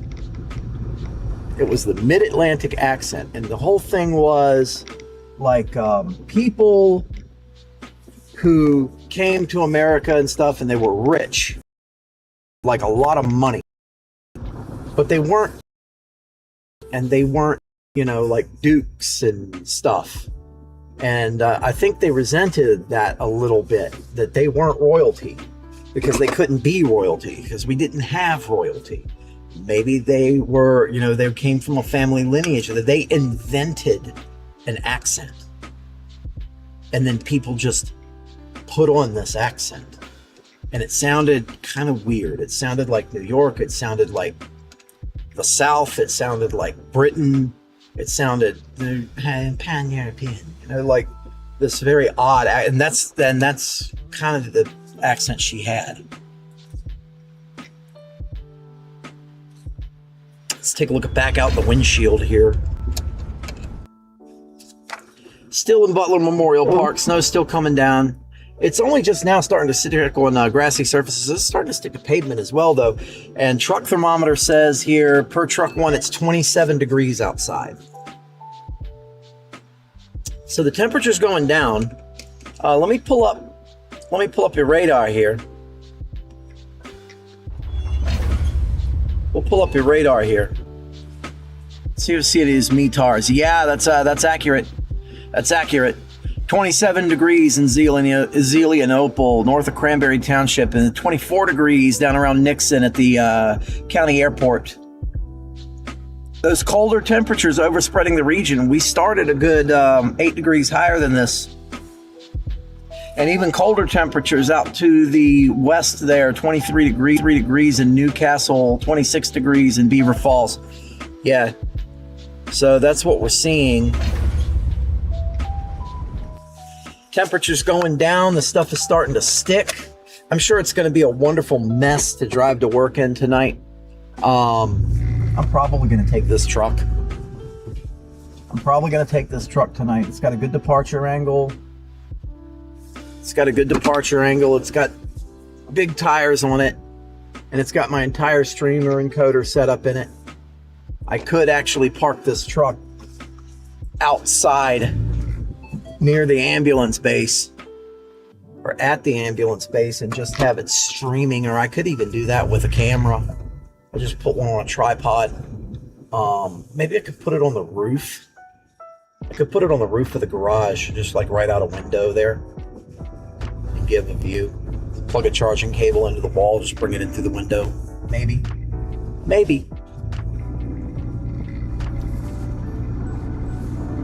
Depends on what the snow's like down in Pittsburgh. Another access road that goes up there that's got the gate shut. We'll stop at the top up here. You can see the snow is sticking to the road surface. And I haven't seen anybody out treating, so yeah, let's go ahead and turn the lights on so I don't get hit if anybody's coming up that road.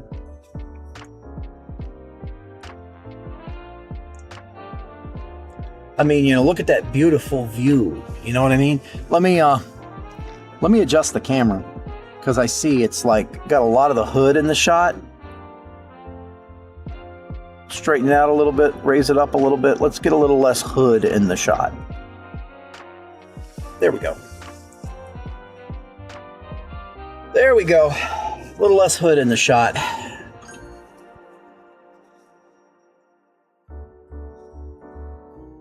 Am I still live?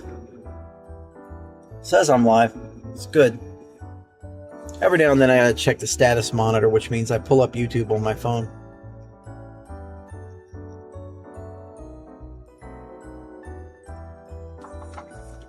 There we go. Straighten it out a little bit, raise it up a little bit. Let's yeah, we're still live in the shot. Good there. Okay. So I see that there's a comment here. All right, good. There we go. It finally popped up. Sorry, Chris. It put it over the YouTube app. It didn't put it over my HUD. I've seen some chasers have those 360 cameras on the roof, but it must be expensive. They're not that expensive. Wow. The blowing snow through there. This is going crazy.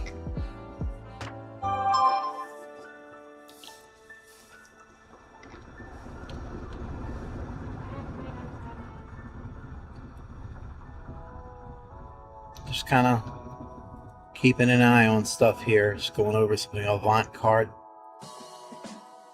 Yeah, I got to make a bunch of credit card payments again here soon. Just give it to Christmas Eve. That's payday. Christmas Eve. Chase, so 360 cameras on the roof. So right now the most popular one is Instax. It's the Instax 360. That's what's left of like Kodak or Polaroid maybe. And sometimes like you can stream in 360. That ability's been around YouTube for a long time, but I think it's only YouTube supported, and I multi-stream, so that gets tricky.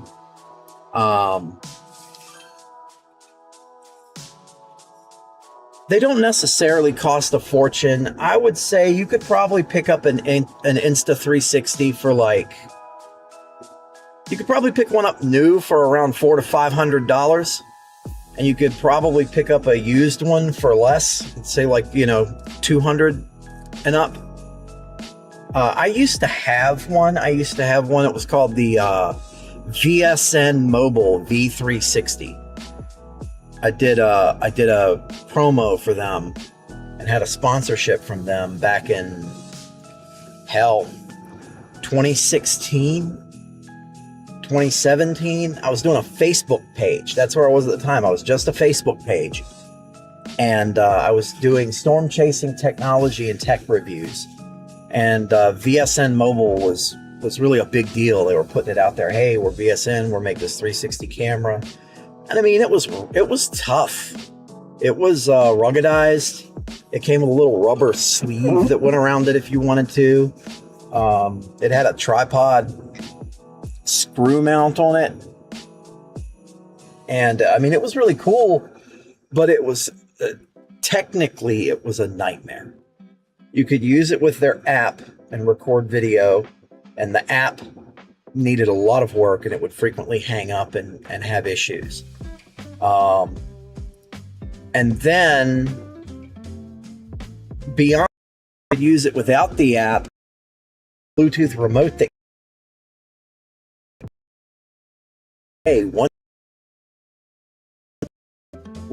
once you started, you had 20.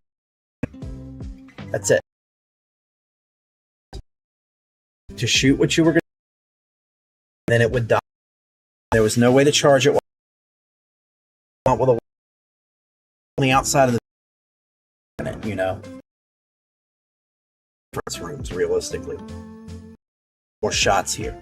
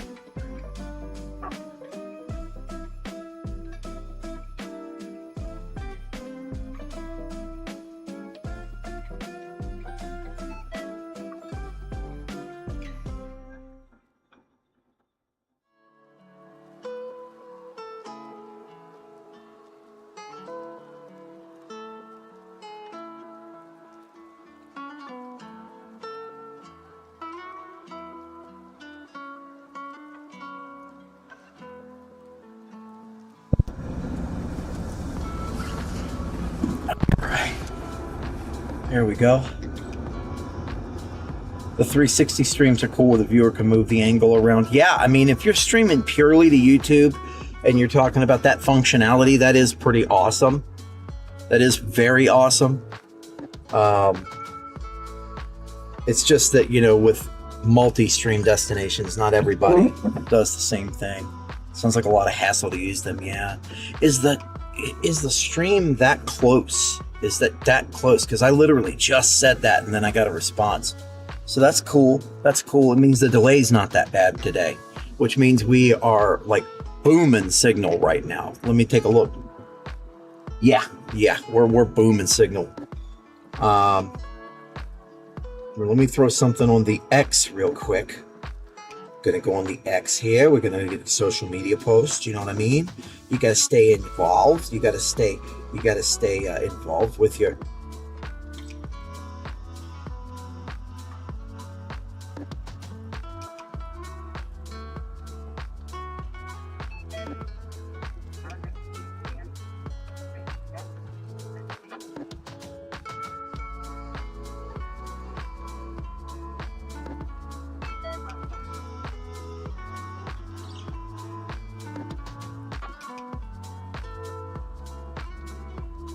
Good Lord.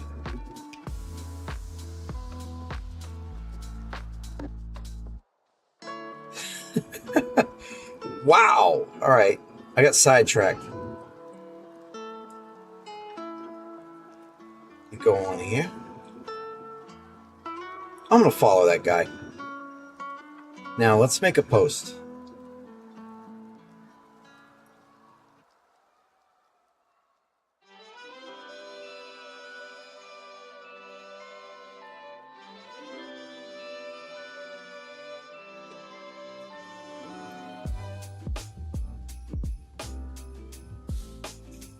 There we go.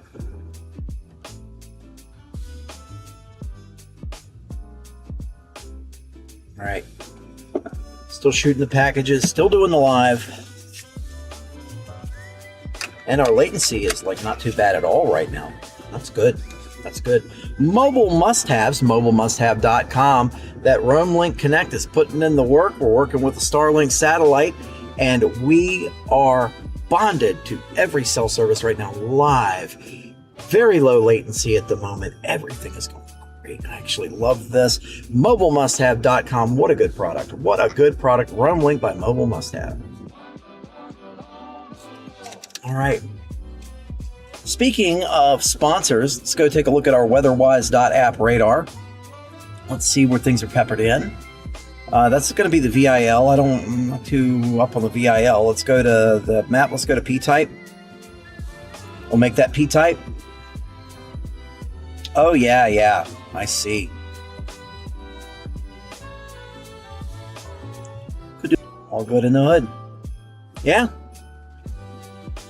Let's say so. Here, let me notch a little bit of heat into that air. What time is it? 12:30 p.m.?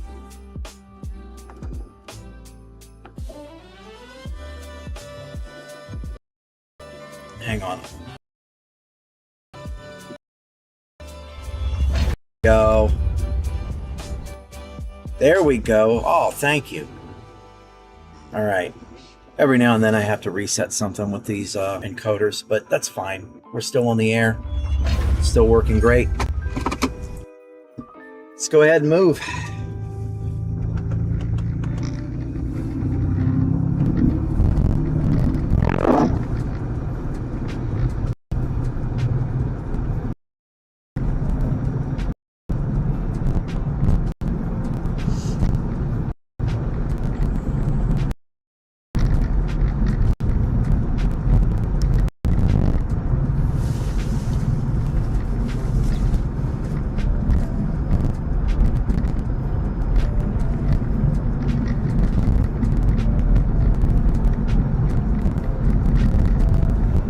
Hey guys.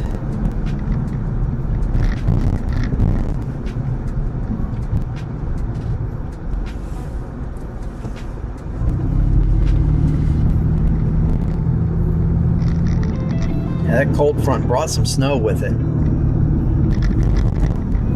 It was 50 degrees yesterday. And from what I understand, the closer we get to Christmas, the closer we're going to get warmer temperatures as well.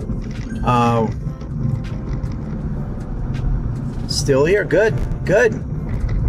Yeah, the closer we get to Christmas, the closer we're going to get to some warmer temperatures in the U.S. Oh man, essentially the Tennessee River Valley down into the south there, especially. But the Northeast, we're gonna have some warm temperatures as well. We are definitely gonna have some warm temperatures there. It was 50 degrees yesterday. It was 50 degrees 2 days ago. It was like an instant warm up after that winter storm.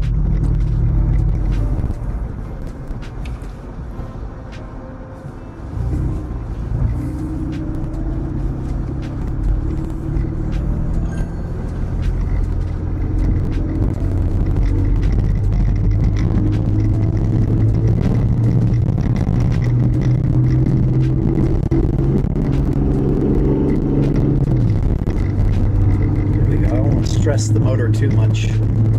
Those high RPMs. Once again, I mentioned this motor has 201,000 miles on it, and it's almost 202,000 miles on it.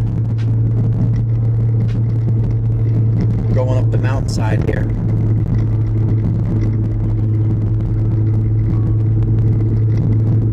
Mercer Road here.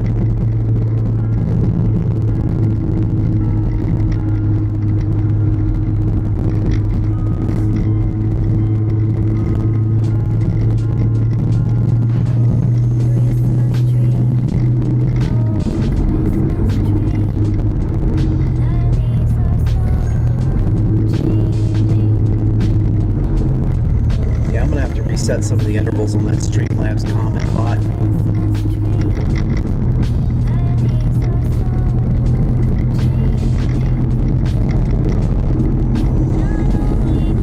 There we go. We'll keep things nice and de-stressed. Make the truck happy.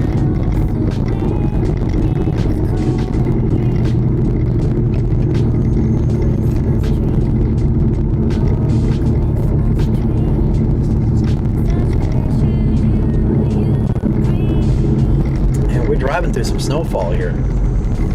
Cross over Route 422 here.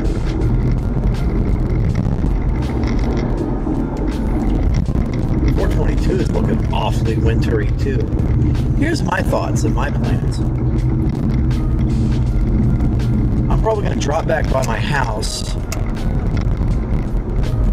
pick something up. Just going to run in, pick something up, run out.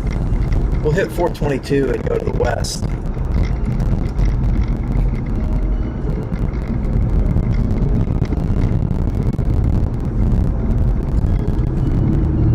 Like we're gonna have plenty of this.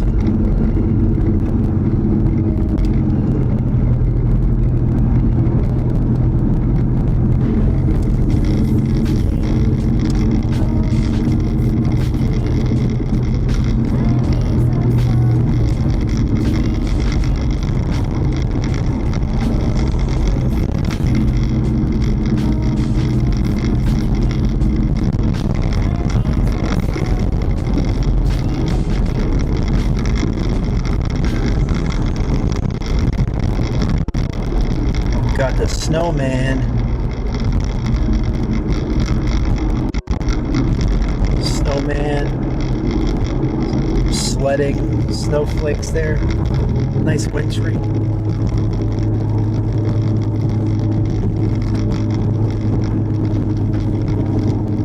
I think I'm gonna go home and not go out until after Christmas.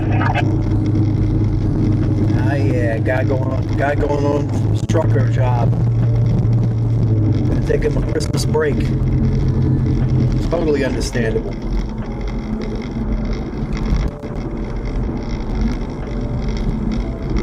Today is my kid's last day of school before Christmas break.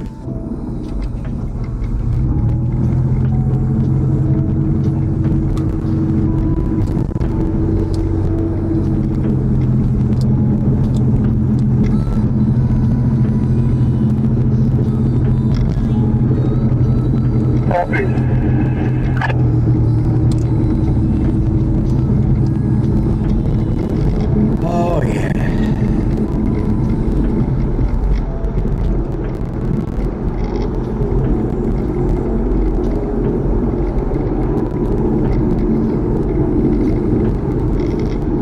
warm temperatures needed in the UK. Always cold and wet here. Well, yeah, you live in the UK.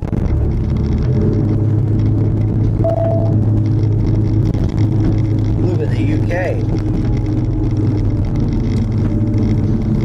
Now, I talk about winter weather and harsh conditions. You know, the UK has a lot of territory, even nowadays, even after they gave up the empire. Thanks, Liz. But, you know, you go to the UK, holy God. Go to the, I need some reporting done. I want to know the on-the-ground conditions in Scotland. I want to know the on-the-ground conditions in the Outer Hebrides. You know?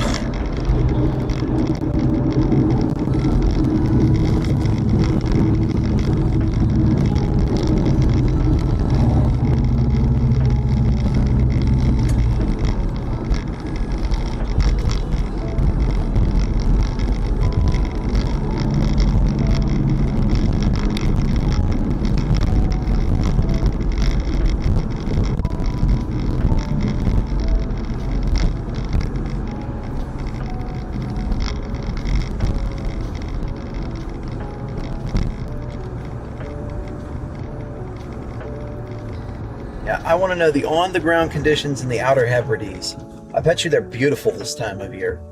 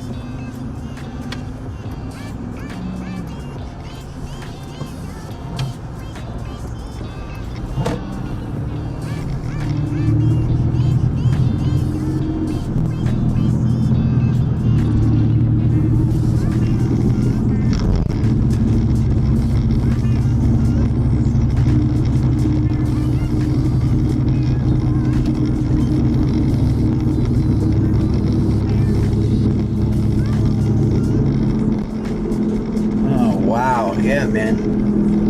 It's steady viewers today. Steady viewership. It's not a huge number, but there's not much going on right now.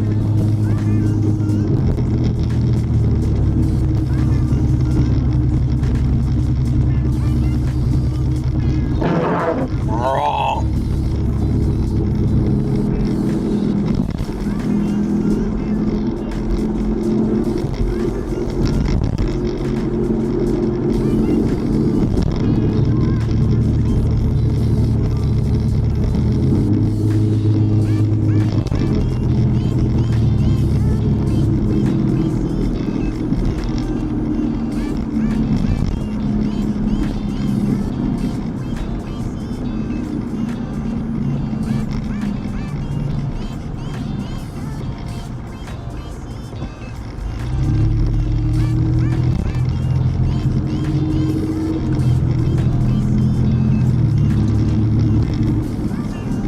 I would have thought for sure that Outer Hebrides joke would get more lulls. Here we go. So we're coming up on the Clearview Complex.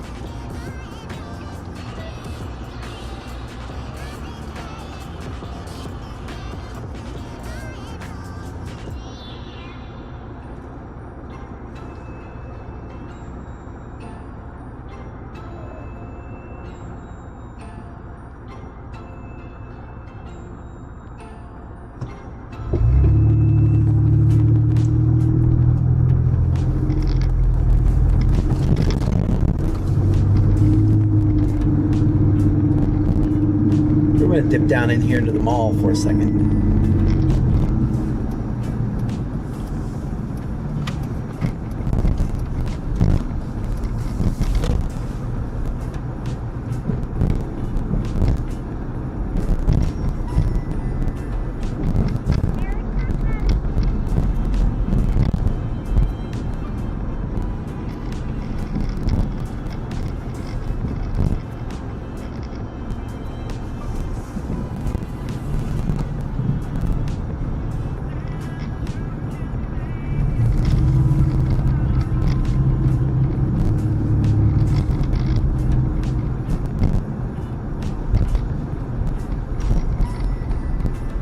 See the piles of snow and ice in the middle of the lot from where they've already plowed this mall so much already.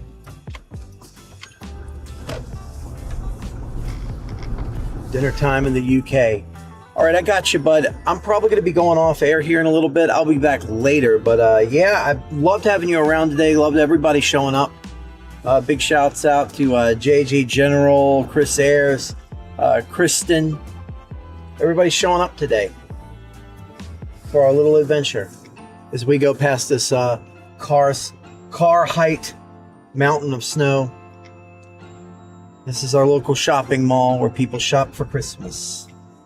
So, yeah, man, catch you coming back here in a little bit.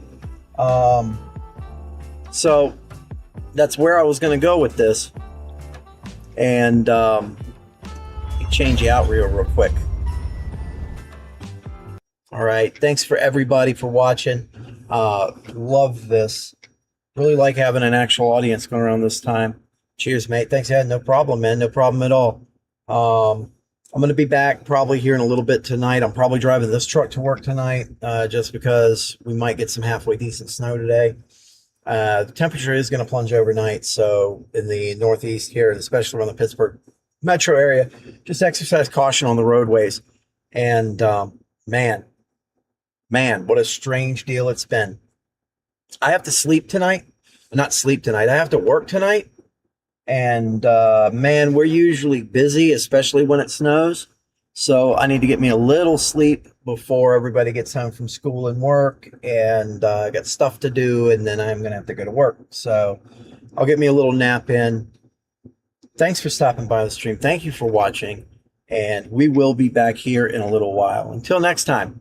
Beatty and Barry, Keystone Prime Weather, and thank you for watching.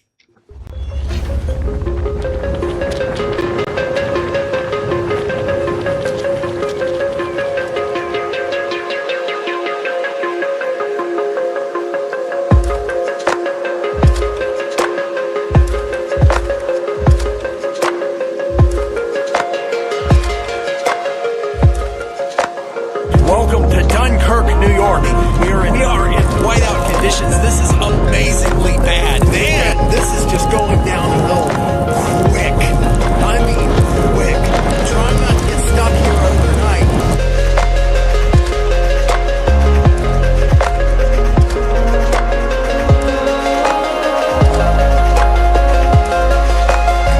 You have Arctic air plowing over that and lots of moisture in place. So therefore, you're going to see some very heavy banding. And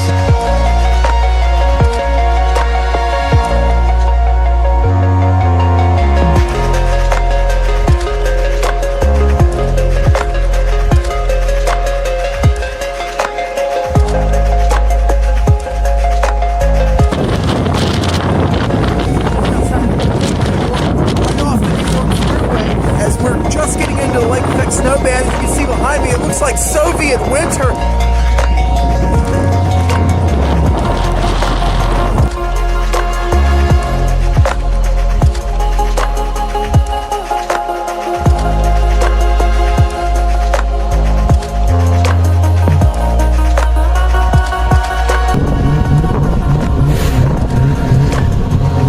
Gentlemen riding sleds down the street. Those guys are smart. Those guys are smart because that'll get you where you need to go in these conditions.